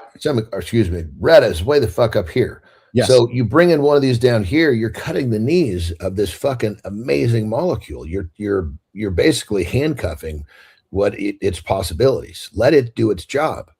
Don't fucking, you know what I mean? It's like, don't bring it back to the Stone Ages, because you're only going to perform, or it's only going to, I shouldn't say it's not that simple, but you're taking something, you're watering down, or you're taking something that does so many great things, and you're confusing the fucking molecules with something that does a few good things. Gotcha. Talk to me a little bit about, so let's move from caglinitide to KPV. Are you a fan of KPV? KPV is got to do with inflammation. Yes. Yeah. So So KPV would be like, the simplest way to think about KPV is, and this is a kind of misunderstood one, because there's only so much. Think of like a knob on a stereo, right? Yeah. Volume, right? Yeah. You can only turn it so far. Yeah, and so this is like a regulator. So it's helping your body's regulation, right? So it's the regulator of inflammation. So it's very helpful, but you use a very small dose compared to, say, VPC or TB. So if I understand correctly, Retta helps reduce inflammation as well. So if one is on Retta, I mean, there's so many things that it does. Why would you want to fuck with its design? Well, that's what I mean. Yeah, with another GLP. That's exactly what I'm thinking. So if one is doing Retta, one might not need to take KPV because they're kind of doing the same thing. Am I correct, Johnny? I mean, you're gonna get some inflammation benefits for sure, but you haven't changed the knob of the regulator. That makes sense. Yes. Yeah. So KPV, you're going to basically kind of adjust that. You're basically helping the body reset the volume where it's not distorting. Yes. Or it's not too low. You're getting it to that place where it needs to be. Then everything else is going to work better. Yeah, yeah. I found an interesting comment from Chase Irons again this morning, yesterday was too. Is he's people talk about people talk about getting fat by being on a GLP and not lifting weight. He's like, dude, I eat all the time and I'm not getting fat after 2 years of being on GLP. So there's these myths of people that go off. Well, it's because what happens is, see, the idea behind these things is it gives you this ability to reset your habits, reset how you live your life. So it's the easiest way is you're an alcoholic. So you finally fucking check into the goddamn 12-step program and they teach you to stop hanging out at the bars. Yes. So then you get your fucking pin or whatever they call it when you finally graduate from the 12-step. Yes. Well, what's going to happen if you go back to the fucking bars? You're going to become a drunk again.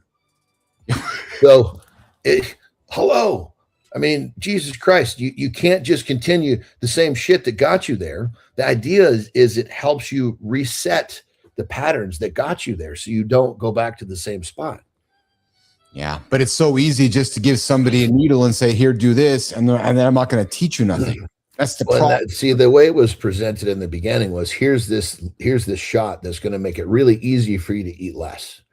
And the most people, they're thinking if they're eating less, they're winning, right? But then what happens is it makes people eat so little that they end up fucked. That's where the whole, what do they call it? Ozempic face, because they're all fucking sucked up. They're all fucking unhealthy looking because they've malnourished the shit out of it. Yes. So the idea is we're kind of zapping, this. All of a sudden food becomes it's easier to not eat. So God, it's easier to do all this. Maybe I should make some better decisions now that it's easy. But nobody does that. They stop eating. And then when they stop taking the shit, their appetite comes back and they do the same dumb shit that got them there. Well, fuck, of course. You became a drunk in the bar. So you fucking go to the 12-step. They help you stop going to the bar. You graduate from the 12-step. You go back to the bar. What the fuck do you think's going to happen? Do we think that we're moving? You're right, Spartacus. The mind is extremely powerful. Anderson, do you think we're moving people's? So let's use put myself on the table. Are we moving somebody's quote unquote addictions from I can't manage my food to now I'm addicted to taking food drugs to help me not eat food? Are we just, and I'm asking the rhetorical question for society. Are we just delaying things, Anderson, do you think, or do you think it's, do you know what I'm trying to ask? Well, it's all perspective. If you think, okay, I'm going to take this so I can eat less for a while, you haven't changed anything. It's all temporary. If you take this so you're okay, this gives me a shot to fucking, again, the drunk, go to the 12-step. You got all this support. Yeah. So the GLP is like the 12-step. It's your support. Yes. It makes it easy for you to make the right decisions. Yes. So start making the right decisions and then keep making the right decisions and you win. No, you're right. That's the best way to put it. Sorry to interrupt you. Retta helps you make better decisions. That's exactly what it is. Yes. Well, but keep in mind, even in the early days before Retta, when it was really easy not to overeat, right? Let's just say it was just an overeating issue. Let's say that someone didn't even change what they ate, but they just tackled overeating the wrong foods. Yes. So it's just a reduction, just the simplest thing that we're straight up calories in, calories out, which is a retarded principle. But let's just say that's the only thing that we're trying to manage. Yes. Well, during the time that you're on the Ozempic, it's easy not to overeat, so you don't, and you practice this to the point where this becomes a new rhythm, a new lifestyle, just like fucking Dan. We're helping him recreate these new habits. Yes. And pretty much these habits take over. Well, the habits, now granted, when you come off just like you're getting a tad right now, when you come off the Ozempic, you're going to get hungry, but these new habits, you have to fucking you've got these new habits to carry you through. Yes. Kind of like you're always going to want to fucking go back to that bar, but you've got new habits that keep you away. Yeah. Well said. Well said. but it wasn't presented that way. That makes sense. It was presented as, here you go, this will help you eat less. Get the fuck out of here. When you come back here and you're 50 pounds less, you won't be considered obese on this fucking goofy chart that we use, height versus weight. And they don't give a shit if you come back and you're malnourished as fuck, but you've dropped 50 pounds. Now your height weight ratio is on point. Okay, you're not fat anymore. Take the Ozempic away. Bam, right back where they fucking started because they didn't fucking change any of the habits. It's like a window of opportunity to restructure. It's like we got Cheryl Whitaker hanging out. Jimmy, we'll bring her in a couple minutes here. Johnny, it's almost, and I'm going to make a rhetorical joke with you here. It's almost as if you or somebody could make a course, like which says how to properly live with a GLP. I'm jesting, but because from what I understand, that's not taught. It's here you go. Here's your medication, and go. Do you know how few people would do this if they realized that was part of the equation? They wouldn't be selling much of this, which really goes against their business model. But you know what I mean, though, right? Like how to properly take a GLP. But again, as soon as they fucking read it, they wouldn't buy the GLP. There's one thing I will tell you since I've stepped into the research world here, how many people, and I got to be honest, so I didn't realize that some of these tools have been around for so long, and how many people are like, so you talk to people who have been that are adamant, especially even doctors in this world that prescribe these things. Any man or woman over 40 should be on a GLP is like they should, but because of all the other benefits other than the weight loss stuff, like the lack of the loss of inflammation, et cetera, et cetera, et cetera, et cetera. No different than we talk about Teladophil, right? So, and again, I'm not trying to offer anybody advice. I'm just the things you start reading and hearing about from people that have been in this more longer than my 40 days kind of thing, Johnny. Yeah. I mean, another way to think about it, if you were really being shrewd with talking about using the words people don't want to hear. Yeah. If a doctor said, hey, I'm going to give you this fucking shot to take once a week, and we're going to do this for 6 months. Yeah. And it's going to make it really easy for you to restructure your habits and create some discipline. Yeah. So when we stop, you'll be okay. It doesn't sound nearly as appealing. No, no, it doesn't. But now here, take this and you're going to lose 50 pounds. Everybody in the fucking planet's buying it. Well, it's a business, brother. Jimmy, let's bring Cheryl up with some vintage here as we hang out with Cheryl for a few minutes. What's going on, Whitaker? Oh, am I echoing? You're not. I am or not? No, you're not. How are you? Okay, thank God, because let me tell you something. Dwayne was my guest, and it was amazing conversation, but I had to keep muting myself and muting him in order for us to have the conversation because I got to figure out my tech. Something went wrong. Completely wrong after 27 episodes. Well, I can tell you don't have headphones on. Sorry? You don't have headphones on. So the problem is... I never do. I never have headphones on. Not originally you didn't? Nope, never. And look, I got this fancy mic now and everything. And I'm like, okay, that was it. Was my mic. Oh, yeah. I don't know. Well, somewhere the audio is yeah. So let's chat offline. Maybe I can help you out later there. So, okay, thank you. Quickly, how are you? But the good news is your guest was your husband. So you had all sorts of fucking wiggle room. Yes, and then I discovered I could probably make a lot of money selling a mute button for all the wives out there. Yes, you could. Absolutely. Hey, before we go any farther, though, I got to say, I like your blouse. Oh, thank you. Yeah, nice polka dots. I'm a polka dot kind of. That's a nice. Wow, look at that. Nicely done. Nicely done. Hey, Jimmy, throw this up. But the difference is, though, Cheryl, Keith's is a fucking bodysuit. Yes. Jimmy, let's throw this vintage up right now, pal. So I wanted to put this up here because I think this is all for Cheryl.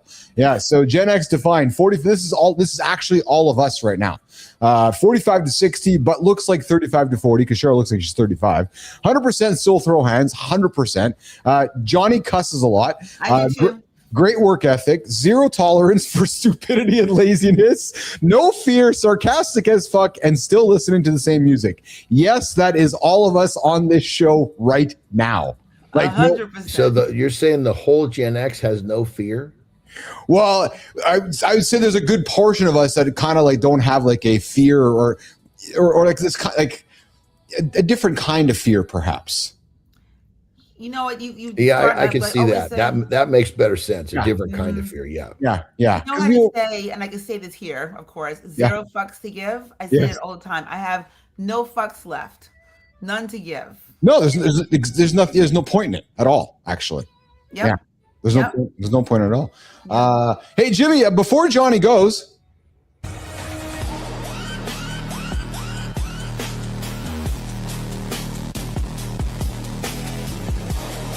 Hey, Jon, before you go, this gorilla is laid out like he just discovered post-nut clarity and unemployment. That is not resting. That is a full-body resignation letter written in ass cheeks and regret. Then the other gorilla walks in like, bro, this is a public lawn. Put your damn existential crisis away. He's sitting there like somebody found him on the women's bathroom floor after a very confusing bachelor party. Same energy as, officer, I wasn't trespassing. I was emotionally molting near the sinks. Hey, Jon, you're the behavior guy. Is this normal gorilla body language, or is this ape processing consequences?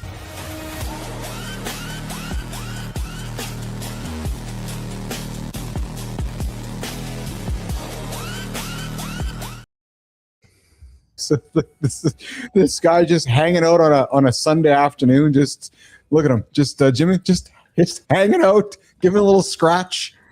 Just a little scratch. And you can see the gay brothers were really hustling through that segment so they could fucking get on the ground and join. He's just laying there hanging out. And I love the freedom of just hanging out. Just doing nothing, eh? Cheryl, just hanging out. Well, this is really funny because I used to date a guy a long time ago, and he would just always have his, like, just chilling out watching television. He would always just have his hands in his pants doing that same exact thing. Like have the Junko just hanging out there. Yeah. He would always have his hands down his pants. And I was like, what if I did that? You would probably think we'd wonder. Yeah, 100%. Because I have no problem with that. Just hanging out. Just sitting there. Fuck, man. It's just, I guess it all depends on where you are. Sitting on the couch, I'm good. Yes. Did it in the middle of a nice fucking dinner party. Okay, we got to realign.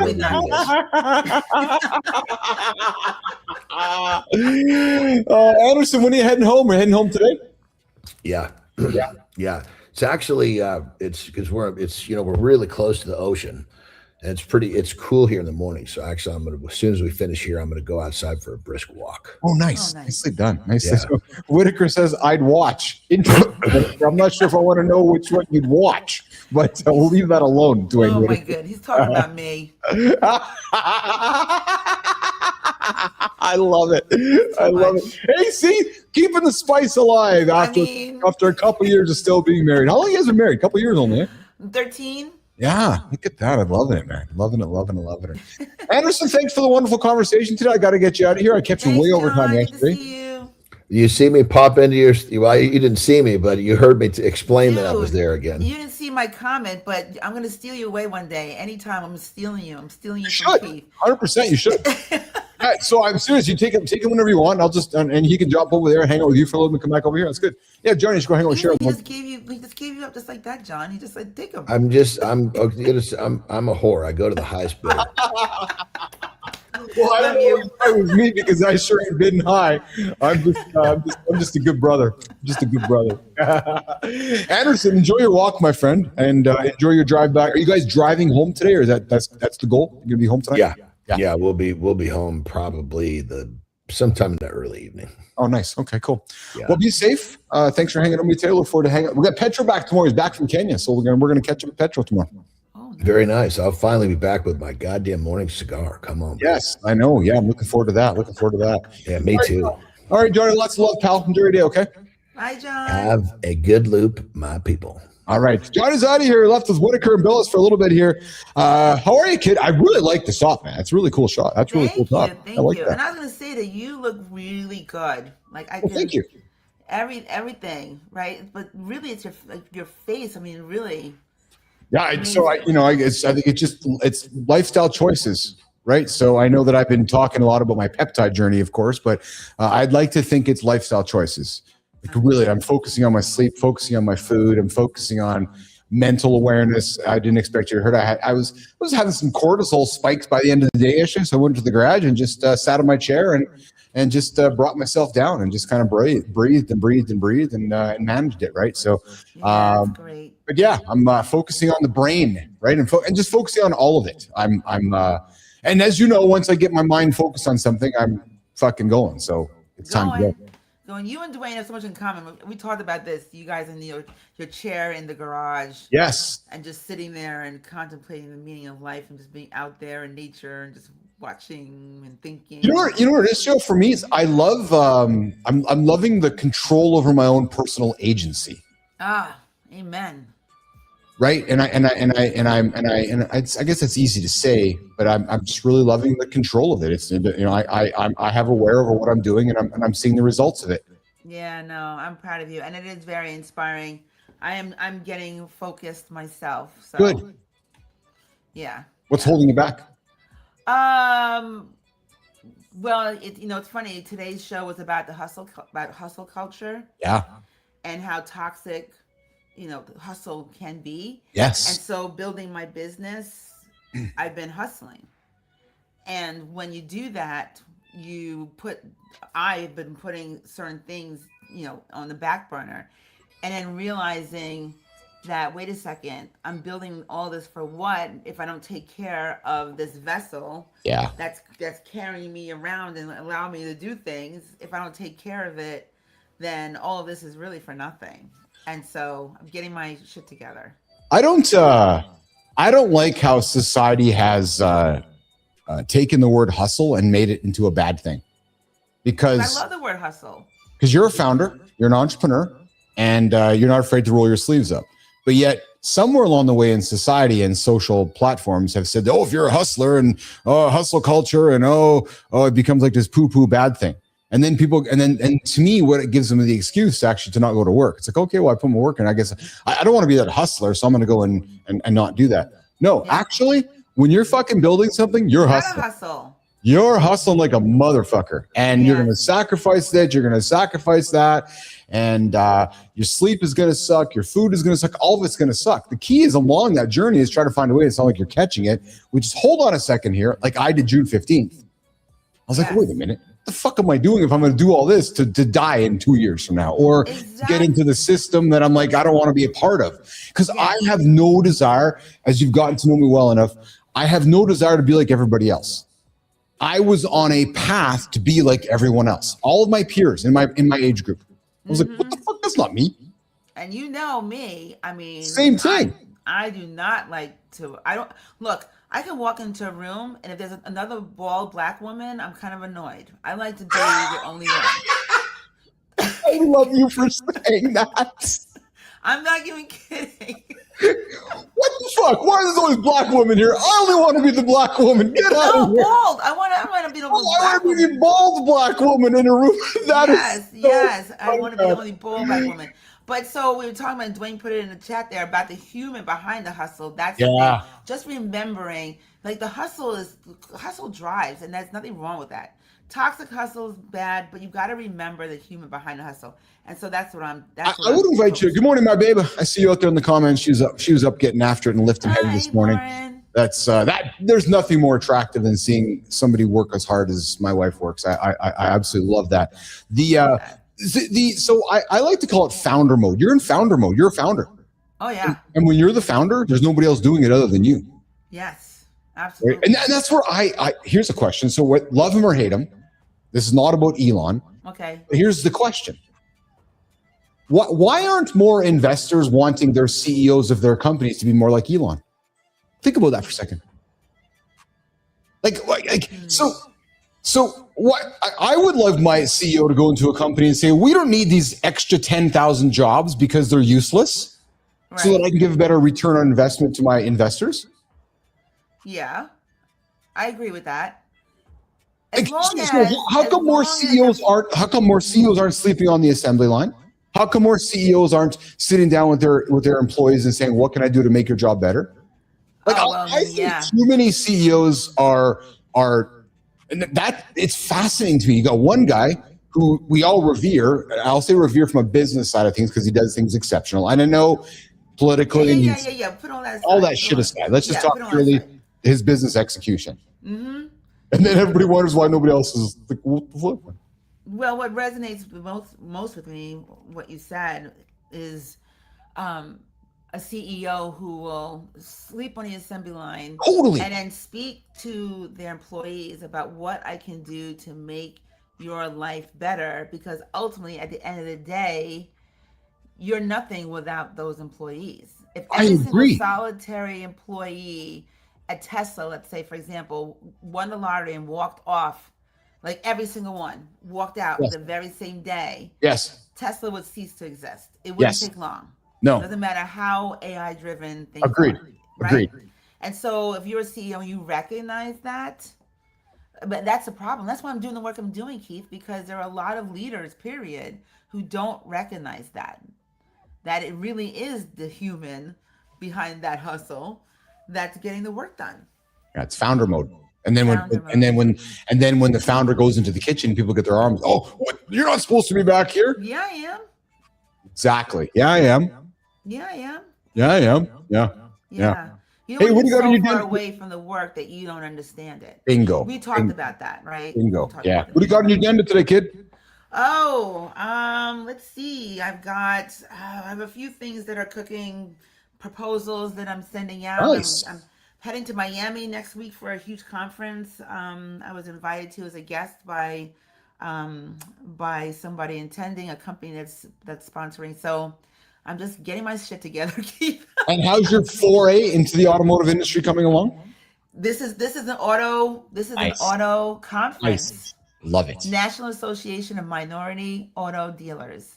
So I'm going to be going there as a guest and meeting and greeting, and it should be good. So it's of minorities. So you will not be a minority. So you'll be disappointed right away. You're like, what the fuck? I'm like everybody else. There's bound to be another bald woman or two there. So I just need to get myself, all ready for that. But the coolest thing about this, it's called NAMAD. The coolest thing about this conference and that association is that there are a lot of allies and sponsors. So the mix of folks that are there, it's a very diverse group of people who are there. And a lot of the car companies are there. Senior executives from like Lexus, Toyota, Ford, etc. are there. So it should be good. Nice. Could be another vertical there, Keith. There you go. Yeah. Listen, let's if you get some time to see if we can grab a coffee somewhere on the fly. Yeah, that'd be good. And how's your GLP journey going? Good still? Yes. But you know what's funny? When you mentioned to Jon, like, I'm kind of kidding, but not, about a course that would help those who are on GLPs to kind of like deal with the heart, head, and stomach, all that together. I think it's a really great idea. It seems like it's a no-brainer to me because as now that I'm, in this world, learning about it, talking to people about it, researching it, it's fascinating to me how much is people just don't know. And I'm not trying to be any fucking expert by any stretch at all. Right. Just what I'm learning, and then I hear about things, and I'm like, well, duh, like nobody's teaching us anything. I know, but sometimes the most obvious things, people just assume someone else is doing it. Right. So I thought it was a great idea. So I would take it. I would take the course. Well, it's one of those things, though, I think that adds a lot of value to somebody when they start learning about things. Like I have a friend that's crushing her Ozempic while she's out there drinking wine, eating pizzas and fried chicken. And I'm like, well, that's really not helping. I know, because as soon as the Ozempic's gone, the behavior hasn't changed. Well, the behavior hasn't changed at all. Yeah. So, and that's the change that I want. I wanted the change to happen up here because that will take care of everything else. Yes. Yeah. So, cool. So it's going, but it's going slower than I would like it to. Oh, interesting. So what is going slower? Like the weight loss. It's very, very, very slow. So I guess the question I would ask is, what's the rush? Oh, I know, Keith. Because we got the rest of our life to live, right? Yeah. What's funny? I catch myself in this. Okay, so I take a picture of myself on day 1. Okay, I'll take a picture on day 30. Oh, I can't wait to take a picture on day 90. And then I catch myself going, wait a minute. I'm actually wishing for the next 60 days to go faster than they're already going to go? Yeah, I know. No, I don't want that. I don't, because that means 60 days closer to my dad's death. 60 days closer to my. It's like it's funny because it's that balance. Like, what's the fucking rush to get to that picture in 60 days? Because what, I'm going to be jacked? And really, I have the conversation in my mind all the time. That's why it's like when John with Dan here today. No, just go for a walk today. One thing at a time. Rest of life. Yep, I love that. So this is a good monologue, because this monologue, before we wrap up this morning, is when did life become one endless self-improvement project? Shit. Coming up next, live on Mornings in the Lab with Keith Jon and friends. Whitaker, I love you, kid. We'll talk to you later. I love you too. Talk later. All right, Whitaker's out. Bye, nation. Bye. Jimmy, let's do it. Morning Focus coming up next. We're going to wrap it up with the big one. And it's all about this. When did life become one endless self-improvement project? Up next, live on Mornings in the Lab. We've turned self-improvement into a scoreboard we check before living. The morning starts with numbers, and somehow our own body comes second. Discipline should be an act of care. It turns dangerous when every habit becomes evidence that we're still not enough. We call it growth because that sounds responsible. But sometimes we're not growing. We're just making self-rejection look productive. The device can measure our sleep, steps, recovery, and heart rate. It still can't tell us whether we actually felt alive today. We keep moving the finish line after every win. The body improves, the business grows, and peace still gets postponed. The real cost is trust. We stop believing our own experience because a dashboard, a routine, or a target gets the final word. Maybe improvement isn't the problem. The problem is needing a future version of ourselves before we allow any respect today. Keith's about to take this deeper, because becoming better should not require abandoning the person who carried us this far.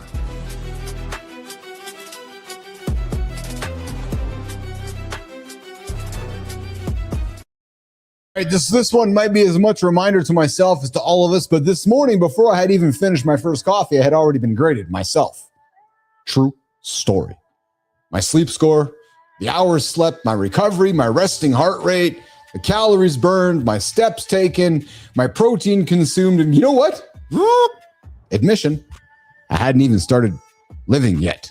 Another admission. And somehow I was already behind the day, because when's the last time you woke up and you simply asked yourself this? How do I feel? Not what was my sleep score? True story. So as a matter of fact, I kind of redefined how I went about it this morning. This is why I wrote this down.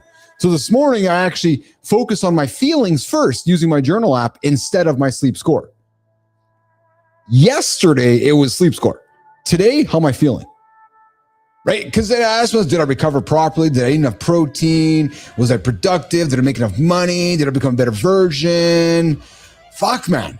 We've turned being alive, it seems like, into a quarterly performance review. And I got to be honest, guys, and that's why I love sharing with you, is that I'm as guilty of this as anybody. Yeah, tracking food, tracking workouts, tracking sleep, sometimes waking up feeling pretty good, looking at a shitty sleep score, and then suddenly deciding I just feel terrible. And listen, we've talked about it before. Do I trust the numbers? No, I trust how I feel. The numbers are perhaps a gauge over time. My body will tell me one thing. The data, well, it tells me something else, and you believe the data. Here's the thing. We're outsourcing our relationship with ourselves to dashboards. Now listen, I believe in discipline. You guys know that. We talk about it daily. Discipline is my life. Discipline has changed my life time and time again. Training has changed my life. Showing up every morning with all of you has changed my life. This is not me telling you to throw away your fitness tracker, your cancel your gym membership, or even starting to eat donuts in bed. No, because all that is bullshit too. All I'm saying is that, are we working on ourselves because we care about ourselves, or are we working on ourselves because deep down you can't stand yourself? That's an interesting question. Because those two things can look exactly the same from the outside. Two men standing beside each other in the gym doing the exact same leg workout, and one's training because he respects his body, the other's training because he's trying to punish it. Think about that. Same weights, same sweat, same gym, same discipline, but completely different relationships with themselves. Who are you? Are you one or the other? And that's the line between self-discipline and self-rejection, because self-discipline says this: I am worth taking care of. Where self-rejection says, well, maybe, just maybe, if I finally fix enough things, I'm going to become worth something. I'm going to get some abs so people are going to like me. I'm going to get some shoulders so I'm going to look stronger. Listen, self-discipline, it celebrates progress. Self-rejection, yeah, it moves the finish line. You lose 10 pounds, why not 15? Wait a minute, accept the 10. You build a successful company, why isn't it bigger? Wow, been there. You finish a great show, how many people watched? You eat 150 grams, could you have hit a 180? We're always judging ourselves to wanting more. We don't know how to experience our lives without evaluating our performance inside of them. Every meal, fuel. Every walk, steps. Every hobby becomes a side hustle. Every friendship becomes a network. And guys, I am guilty of this as anybody, which is why I couldn't wait to share this with you guys, because I was writing my story for all of you. Yeah, meal, fuel, walk, steps, hobby, hustle, friendship, network, conversation, content. You guys get the fucking drift? It's horrible. Rest, recovery, sleep, performance. Everything seems like it's another fucking KPI. Happiness? Oh, where am I on the happiness scale? And entrepreneurs like me and like Cheryl Whitaker, and I'm thinking even like Dwayne, we are especially bad for this because we're trained to turn everything into a system. Maybe it's good, maybe it's bad, but it's reality. The business targets, the show targets, revenue targets, your scale targets. And then we bring that same mentality home, turning it onto our bodies, our marriages, our fatherhood, our entire lives, just thinking that everything needs to be fixed. Every department, your body, the money, the marriage, the career, the mindset, the productivity. So when does the dividend get paid? When do we actually experience the life we've worked so hard to build? It's funny because Dwayne put it into the comments. Maybe along the way, we're missing all of the now moments if we're trying to build a life that might actually never be because you're too busy trying to build it instead of busy being inside of it. Guys, self-improvement can become a socially acceptable form of self-rejection. It looks healthy. It sounds responsible. People applaud it. But maybe, just maybe, underneath all of that discipline can be one quiet belief. I'm still not good enough. And if that's you, if that's the engine driving you, there's not going to be ever results that are going to satisfy you. There's an entire economy built around convincing you, my friend, you, that the current version of you is unacceptable. Your body's wrong, your routine is wrong, your mindset's wrong, your productivity is wrong. But don't worry, somebody's got the course, the supplement, the app, the peptide, or even the answer. Because the self-improvement industry, this show, ironically enough, wants you, needs you to improve. But it can never afford to let you feel complete because the moment you believe you might already be enough is the moment that it becomes harder to sell to. So, you ask yourself, am I prosecuting myself with all these decisions? You can watch your counts every step of the walk, but it cannot tell you whether you notice the person walking beside you. Ask yourself, are you a present partner? Are you a loyal friend? Or whether you made another human being feel seen today? Because the most meaningful parts of life often leave no data behind, my friends. Because maybe the answer isn't less discipline today. Maybe it's more humanity inside of the discipline. Maybe that one walk doesn't count toward anything, or maybe it's that one meal that you don't calculate, or the one conversation that you don't turn into content. Because at the end of the day, you have to ask yourself what you improved. Did I actually live today? Did I work on myself? Did I push myself? Did I challenge myself? Because if you did all that, don't abandon yourself in the process. Because the goal isn't to become a person who no longer needs improvement. That person doesn't exist. The goal is to become someone you don't have to hate into changing. And there is a big difference with that. Let me say it again. The goal, my goal, your goal is to become someone you don't have to hate into changing. Because you are allowed to become much more than what you want to today, without believing that who you are today is somehow less.